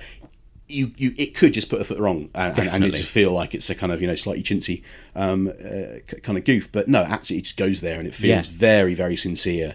That's it. It's very sincere, classical. It's got even you could compare that opening to something like Don't Look Now opening, couldn't you? I mean, it's that kind of like gut punch, and then like you said, the way that it then kind of unravels as it goes. And even the terrible 80s kids are kind of marginalised as well. It's it's not about them. Actually, the protagonist is Lance Henriksen. Yes, yeah. Even though he's not the main driving force. The kids are ostensibly they come in, they kill the kid, and they're being put one by one. Happen. It's actually about Lance Henriksen. And I don't want to reveal what happens in it, but it's much more than he's just getting revenge and that's it. Yes. And then you're with the kids and they're being picked off and you feel bad for them. Actually, they're a whole bunch of little shits from the city, and they come to deserve what they're getting. Yes. And the dynamics they have is very, very thinly sketched out, but they end up being pretty flawed, horrible people, and you don't mind seeing them picked off. But what then happens is kind of the heart of the matter, and it just resolves in such a brilliant kind of kind of wonderful way. And I think it would make a great double bill with Night of the Demon, actually. That kind of it would, that kind of just beautifully constructed proper classical horror tale, and done. It's great. And I think Scream Factory have released a Blu-ray in the US. And I wish Arrow have to try and get their hands on it here, or someone here, because that film looks great on pretty old DVD, which I have. Actually, it does. But I can't imagine. It's the guy who shot it actually shot most of Gore Verbinski's recent films, so Careful Wellness and The Ring, and so it's that kind of. Yes. I mean, it's just the smoke machines and wind machine. It just goes for it. Absolutely goes for it. And Stan Winston is such a legendary effects kind of creator, but he didn't do many films as a director. He did this and a film called A Gnome Called Norm with Anthony Michael Hall. It's a very polar opposite of this. But I wish he maybe done more, because he's great. It's a really, really heartfelt, it's really sincere, kind of emotional and humanistic creature feature. And it's still a creature feature, but like you say, it's sincere. It's got all of those elements to it. Don't be put off by the title Pumpkinhead. No. I initially was. I remember when I was younger, I was like, I'm not watching this. What's this? Great. Pumpkinhead 2, not so good, I have to say. Okay. and 3 and 4, I have to say. But the first one, worth a watch. Stellar. Amazing. How are we doing? We're rattling through. We are rattling through. Let's go into the 90s, and again, from I think the sublime to the incredibly ridiculous. Oh, okay. The Guardian, directed by William Friedkin from 1990. I ran her over. I hit her full force. There is no body. I saw her. She's dead. There's no evidence that the woman you describe ever existed. Which I did the Fright Fest quiz last month, and I wrote the questions for that. And this was one of the questions, and the question was, in what film does Jenny Sugro fuck a tree?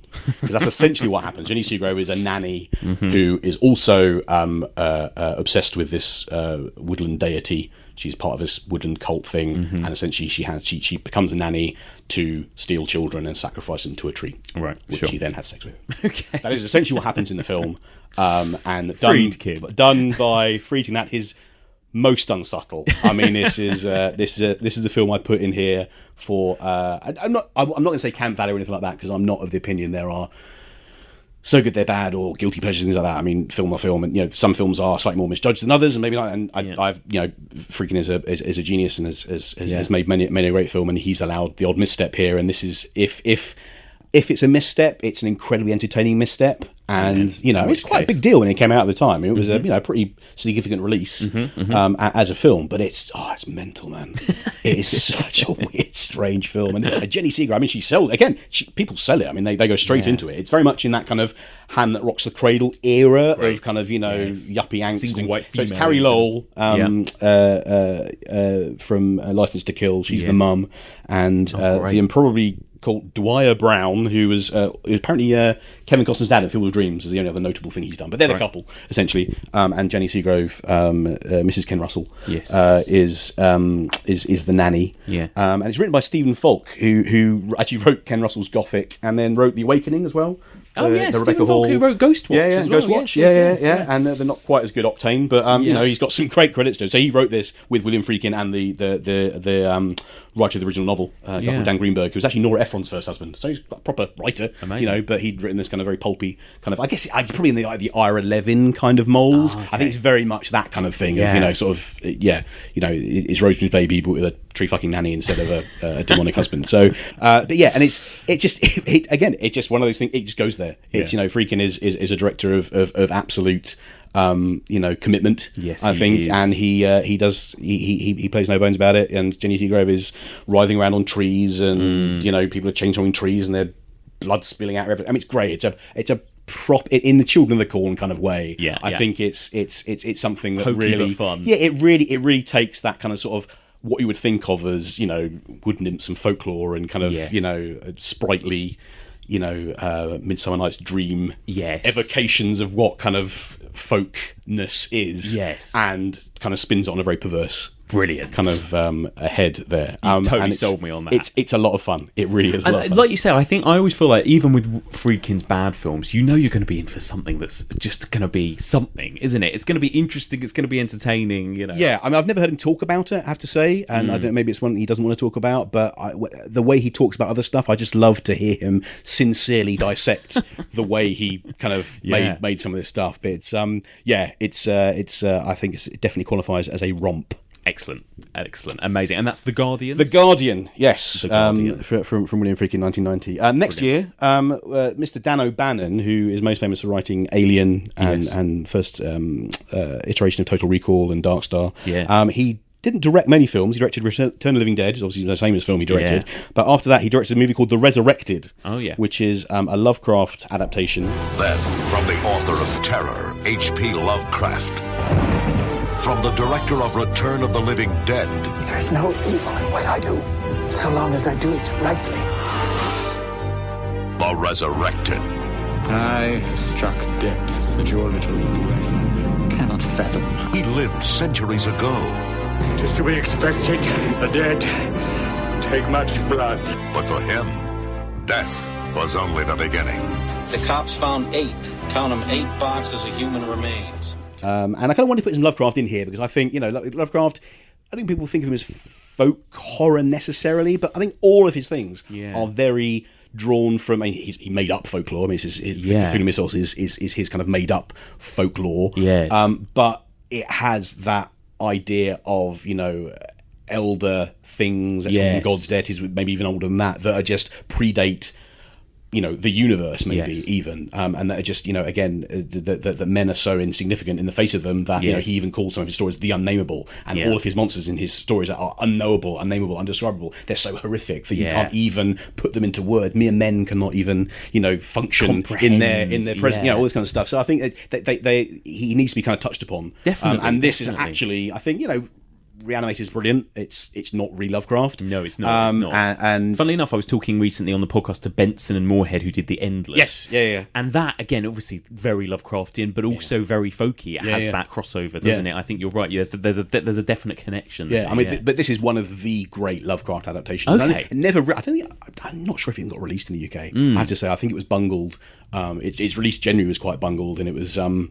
He won like a Fangoria Chainsaw Award for like best independent horror film of the year. So people liked it at the time. Yeah. And there's actually on there's a German Blu-ray of it, which has got an amazing kind of extra, which is Tarantino presenting Dan O'Bannon with the Chainsaw Award of the Fangoria. It's lovely for horror nerds. But I just never really got its due. And it's a very odd film, I have to say. It feels very kind of almost as if it wasn't white coming together, and it's almost rescued, and it kind of just comes out by the skin of its teeth. And the production value, it may be overstretching its ambitions, but just it's got that kind of slightly unhinged, otherworldly thing that Lovecraft's stories just have. I mean, essentially, it's based on a story called Case of Charles Dexter Ward, and Chris Sarandon is essentially a scientist who's obsessed with his ancient ancestor, who's trying to kind of find the cure for immortality. So he's trying to prolong his life, and he's an alleged wizard, this ancestor, and he's dabbling the occult, and so it's got all those kind of elements to it as well.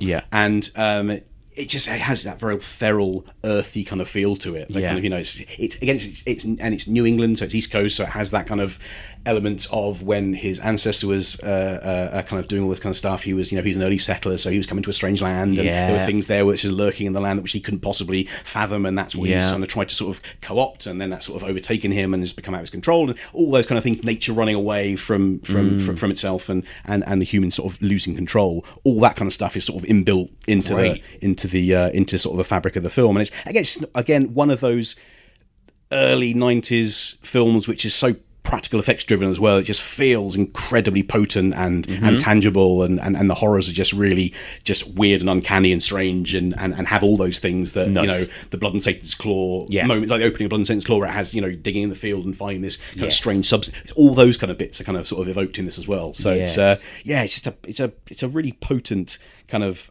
unknowable, unnameable kind of horrific ripping yarn. It's great, and I'm just astonished it's never ever really kind of got its due in terms of sort of release. I mean, I say the DVD I have, the Blu-ray I have, is it's actually a German release, bizarre enough. It's a beautiful deluxe 3-disc thing, but there's kind of a crappy version available in America on DVD, I think. I mean, Scream Factory may have sort of co-opted it. I'm not entirely sure, but I know certainly that would only be in recently. But in the years, 20, well, how many years since it's been made now? 26 years, 27 years since it's been released. It's just been kind of dumped. And for someone as high profile as O'Bannon, and I mean, the things he's written like Dead and Buried have had amazing kind of restorative kind of releases, and it's just one of those things that sort of went by the wayside. I think Chris Sarandon's someone, people know who he is. He's an Oscar nominated kind of star of Dog Day Afternoon and Child's Play, and he's it just slipped between the cracks for some reason. Wow, interesting. But it's great. It's one of the great Lovecraft adaptations that people don't really know about. Great. Oh, well, that's really interesting. What was the title again? It's called The Resurrected. The Resurrected from 1991. Amazing. All right, that sounds good. And then we're coming up to our last two. Oh my God, we've gone. We've done pretty well. And these two, you barely stopped for breath. This has been lovely for me. I think these two sort of probably go hand in hand as well. They are from 92 and 93 respectively, and they are both, I would say, they're definitely folky, but they are folky in that other cultures' folklore are kind of sort of bleeding into that traditional kind of outsider going somewhere kind of vibe that we kind of sort of know and love. But they are both British films, but for non-British filmmakers, I have to say. The first one's Dust Devil by Richard Stanley, right? And the second one is a film called Dark Waters by a filmmaker called Mariana Baino. For those who are blind shall see the true face of the beast and forever suffer it in their soul. Is there no way of communicating with the mainland?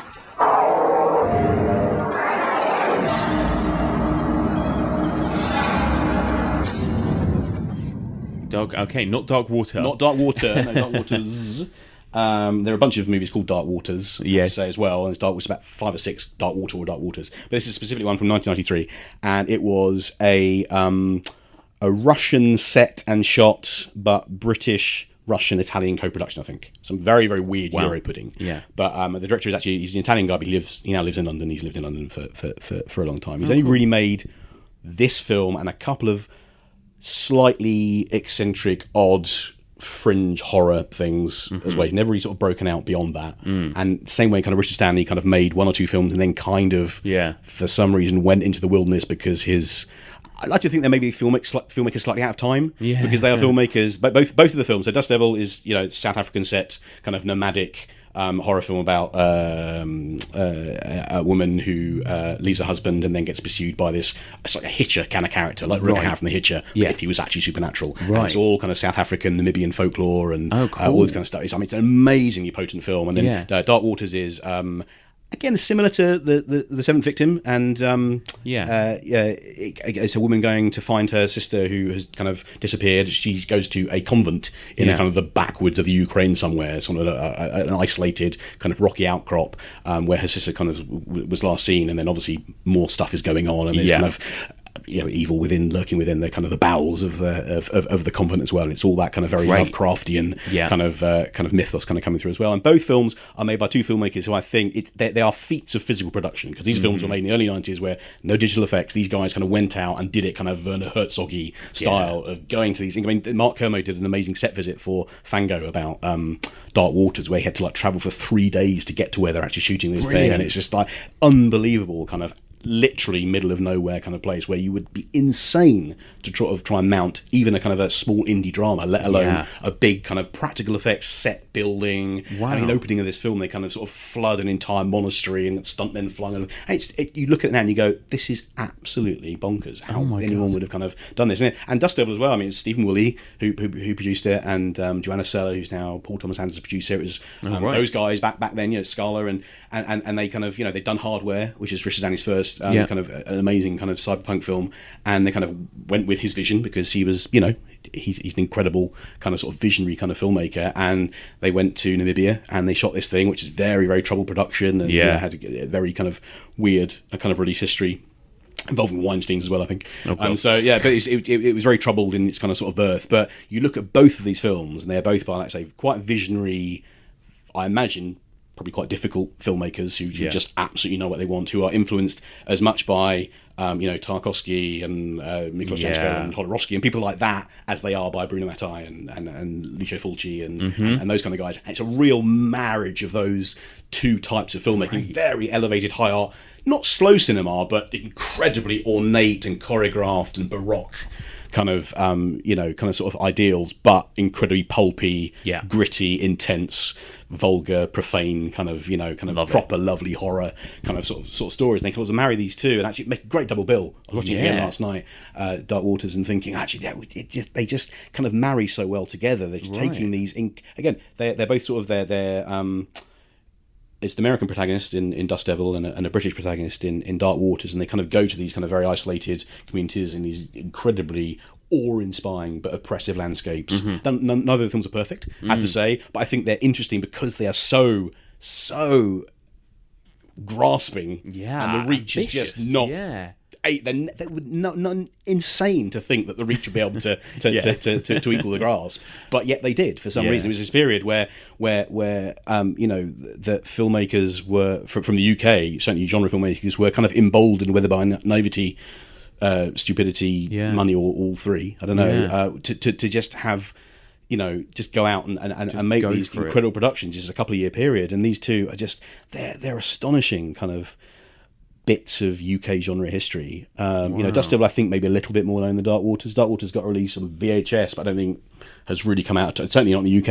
And Dust Devil had a release in Severin, I think, a few years ago on a kind of really big deluxe DVD set. But I think they are, in the grand scheme of things, fairly unknown. But they are, you look at them, they're astonishing works, and astonishing because they are just ballsy, practical, big scale filmmaking done on really kind of fairly small budgets. But in the kind of way that William Friedkin did Sorcerer, you sort of went out there and just you can't believe anyone would let them do that. They just went and did it. And the story about not only that, the stories themselves are really interesting, thorny, strange, flawed, bizarre. Not in any way rounded or resolved kind of stories, but so potent in the way that a Black Sunday or Vi or the great kind of big gothic kind of sort of fable fairy tale things are. And I think they deserve to be rediscovered. They're great. Wow, really fucking great, amazing, fantastic, God, brilliant. Well, there you go. We've got through our list. We have got through our list. I think that was through our list. That 19? Was incredible work. 20. Let's just run through that list of 20 again. Let's run through it. Okay, right. So from the top, we have Haxan, 1922. Yes, directed by Benjamin Christensen. Then we have The Seventh Victim, directed by Mark Robson, depending how you pronounce it, right or wrongly. Night of the Demon, directed by Jacques Tourneur. Black Sunday, Mario Bava. City of the Dead / Horror Hotel, John Llewellyn Moxey. Night of the Eagle / Burn Witch Burn from a director called Sidney Hayers. And Soon the Darkness from Robert Foist. Season of the Witch, not to be confused with Halloween 3, by George Romero, also called Jack's Wife. Don't Talk to a Duckling by the great Lucio Fulci. Picnic at Hanging Rock by Peter Weir. Rituals, Peter Carter from 1977. Children of the Corn and its myriad sequels. Yes. Poison for the Fairies, by a director called Carlos Enrico Taboida. Pumpkinhead by Stan Winston.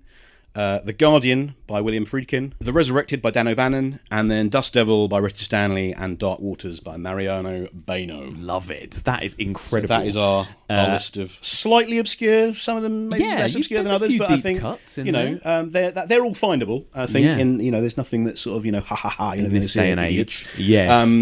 That's it's not about that, is it? This is about kind of emboldening people, I think, to go out and find something that they may not have, definitely. And like you say, you've got a nice mix there. You've got the kind of supernatural. You've got Lovecrafty and stuff. Oh yeah, I think I'm very aware that there are people I know that the Every Mersoys and Alex Kidd and Sam Zimmer, my friend from Shudder. They are people who really look to the fringes of kind of sort of world cinema, and I think the discussions on our Facebook group, there's a lot of people there who will be looking at other places as well. I think I'm beginning to re-scratch the surface of Middle Eastern horror or kind of Indian horror and sorts of very kind of sort of potent stuff from those regions, which probably have an incredibly rich legacy of kind of sort of folklore-y stuff that we never even sort of begin to think about. Amazing. Well, it's a good place to start. Wonderful. And then did you say you had a few? Let's be hogging the time, but I think rattle off a few for people just to kind of maybe look up. I mean, all these are kind of worthwhile and a kind of sort of interesting, tangent to kind of, sort of the main stuff. So there's a movie called The Arcane Sorcerer by a brilliant Italian filmmaker called Pupi Avati, who actually directed House of the Laughing Windows, from the Giallo kind of sort of episode. He's a really great filmmaker. He's only made a few real knockouts, but this and a film called Zeta he made as well, which is again fringe folk horror, a bit more actually sort of folk horror zombie. There's a brilliant Japanese movie called Kakashi from 2001, which is about scarecrows. Nice. Killer scarecrows, very much the rural kind of kind of sort of nature kind of sort of coming back. A movie from 1972 called Neither the Sand Nor the Sea, which is a very heady kind of almost experimental kind of psychosexual drama with Frank Finlay and Susan Hampshire, which is very much falls into kind of crossover kind of art house territory. It's actually recommended to me by, and it's not me not dropping a name by the way, because I actually did a film with him, a guy called Adriano Bogliano, who directed Late Phases and Here Comes the Devil and other things, but he's an enormous fan of this film, and he said, look, if you like folk horror, check this out. So that's available on Odeon DVD, I think, in the UK.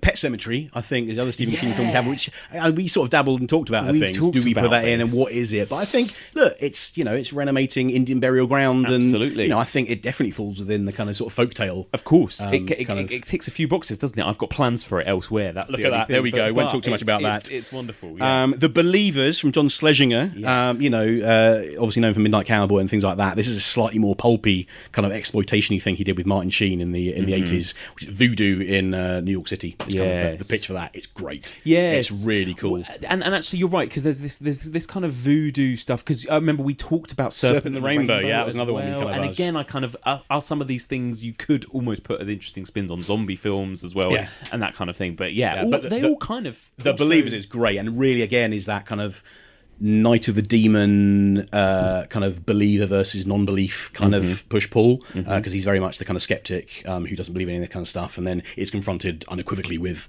and what do you do in that kind of sort of circumstance. It's a very 80s kind of sort of film, and it's Martin Sheen and John Schlesinger, and you can't really go wrong there. It's amazing. Great.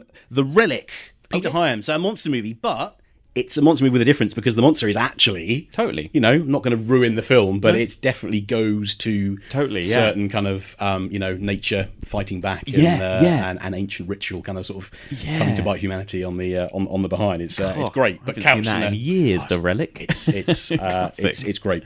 Lair of the White Worm, Ken Russell's amazing Lair of the White Worm, which is I think let's put it in the Guardian category of an absolute riot and a romp, but man, so much fun. They got the most bonkers thing. Yeah, it's crazy. But it's Bram Stoker short story that is. So, but again, it's folklore, things beneath the earth, and it is deities and all that kind of stuff. And a very young Hugh Grant. Very young Hugh Grant and Peter Capaldi. Yeah, absolutely. Satan's Slaves, a Norman J. Warren film from the 70s, which I think is within that kind of culty, kind of satanic, kind of, Devil Rides Out, that kind of, but much more kind of exploitative and nasty in a kind of way. But it's, sort of cults and outsiders and secret societies and things like that.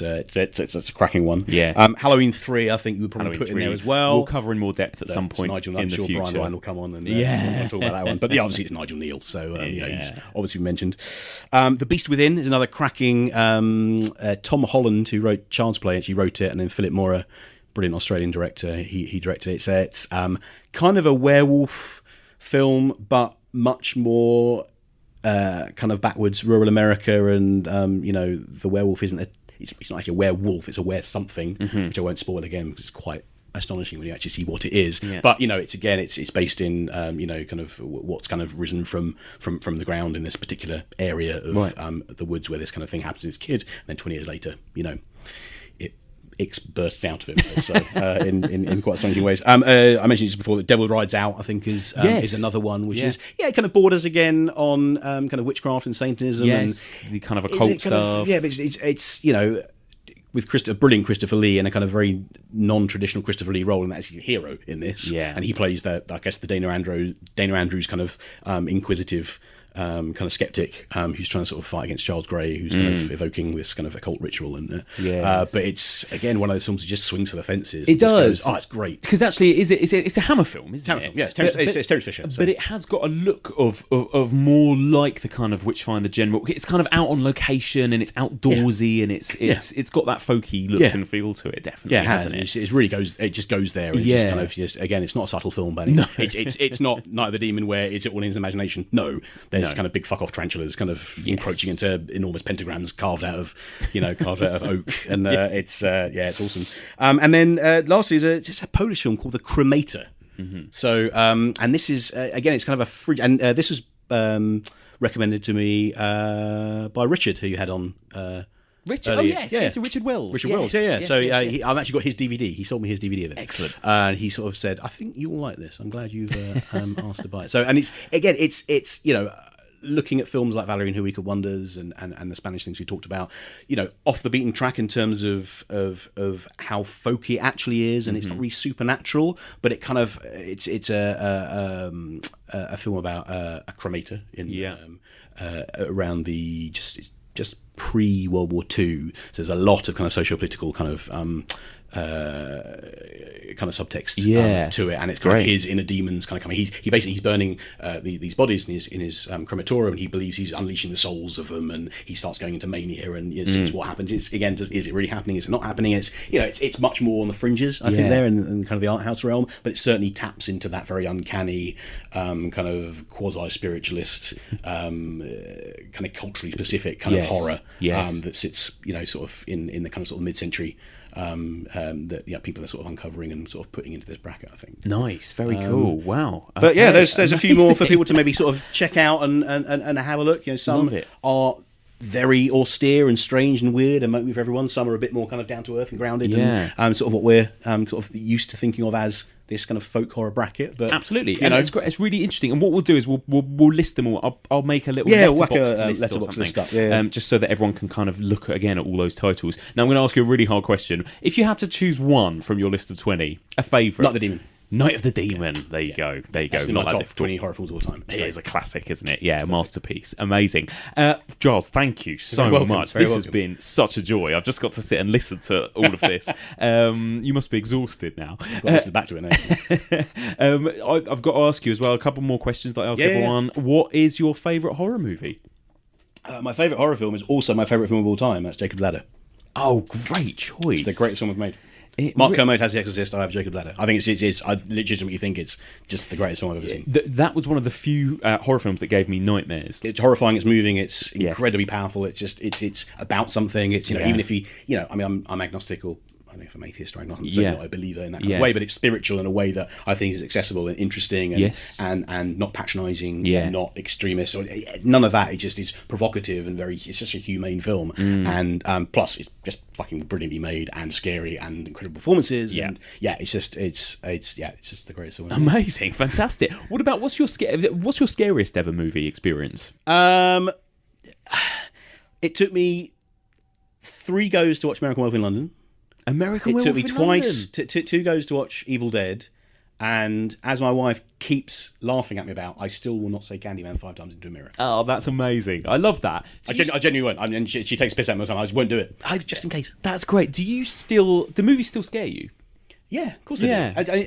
Look, I have a very weird take on the type of horror fan that kind of, complains that it's not scary or this or that. It's like, well, why are you a horror fan? Because you wouldn't get comedy fans going and challenging a film to make them laugh. Yes. Or a melodrama fan to challenging a film to move them. Yes. And there's this weird thing of like, well, it's not scary, it's not scary. It's like, well, what? Just open yourself to it. It's like those people who can try and guess endings. Oh, well, I guess the ending anyway. I'll throw it a mile off. It's like, well, that's storytelling. Yeah. So, you never watch a film again. Yeah. Because you know what's going to happen. That's not the point. The point is about, and you need something you just open up and let go a little bit. And we were talking before about how I'm kind of, let's say gently ribbed amongst my friends that I like everything. And, I always do. And it's like, I think you would never get people who are in book publishing necessarily, or people who work for record labels who didn't just sort of find something to like in most things, otherwise they wouldn't be doing it. Yeah. So you get these people who listen to record and maybe all the songs except one are pretty shit, but that one song, that's why you like that record. And that's why what I kind of look at with films is like there's something there, a performance or a music cue or a scene or a camera move or something like that. It just makes you go, oh, do you know what, that's great. And that film may not work as a whole, but there's something there that actually makes me go, love that. That gets me. And that sometimes is a scare. That sometimes is just a mood, or especially with horror films, that can be something. It can be a special effect. It can be something like that. But I don't know. I'm a bit more of an omnivore. I love it in that kind of way. So maybe that makes me a soft touch. I don't know. No, it's great. I think it's quite refreshing because I think people that have seen as many genre films as us, or certainly as you, I think can get more jaded with it, or or not even in a kind of negative way, but they kind of go, I miss being scared by movies, but I'm just not anymore. Oh look, dude, I saw Terrified with Michael Blythe and a couple of other guys. From Michael Blythe, who says himself he doesn't really get scared by movies. And I don't know if he did get scared of this song because he's sitting behind me, but in Cannes this year. It was like 4 or 5 of us in the screening room about 9 o'clock at night watching Terrified, the Damien Rugner film, and it terrified me. Great. I jumped 3 or 4 times and I'm like, brilliant. Me too. Perfect, I'm done. I mean, we talked about it already, but there's an image there where a little boy is sat at the end of a dining table, which I just think was one of the most perfect. Oh God, it was so good, wasn't it? So good. Yeah, it's going to stay with me. Amazing. Thank you so much. You're for joining very me. welcome. If people want to come and chat to you online or find you on social media, Twitter, anything like that, where can they find you? What's my Twitter handle? GFD Edwards, I think. GFD Edwards. Yeah, it's and I'm not Gareth Edwards, the director of Rogue One. Yes. I've had people think that before. Of course, I'm not Jedward, the pop star duo. I am me. And I'm on the Facebook group as well. So I'm just in there. So amazing. Yeah. Cheers. Thank you very much. No problem, mate.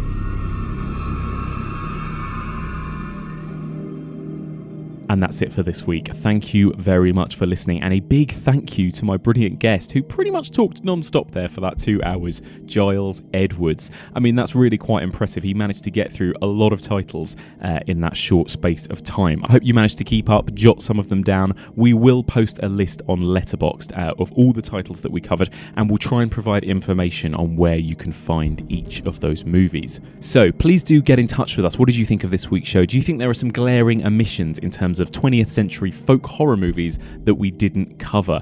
Get in touch. The email address is evolutionofhorror@gmail.com. You can find us on Twitter @evolutionpod or on Facebook. That's facebook.com/evolutionofhorror. Don't forget there is also a Facebook discussion group. That's where you can discuss this week's episode, the podcast, anything horror related with fellow listeners. That's the Evolution of Horror discussion group on Facebook. So next week we are going to continue the list of folk horror titles, and this time we're going to be moving into the 21st century. It's not going to be a list of 20, this time it's just 10 brilliant folk horror movies that we didn't get a chance to cover during the series that we can recommend now. And joining me to discuss these movies back on the podcast for the second time, last time he was here discussing The Woman in Black. He is an actor of stage and screen. He's currently starring in one of the biggest West End shows in London, the brilliant Stevie Webb. Will be back to discuss those movies with me. So as with this week, we won't be covering anything in spoilerific detail. These will just be recommendations. So join us next week for all of this and more on the Evolution of Horror.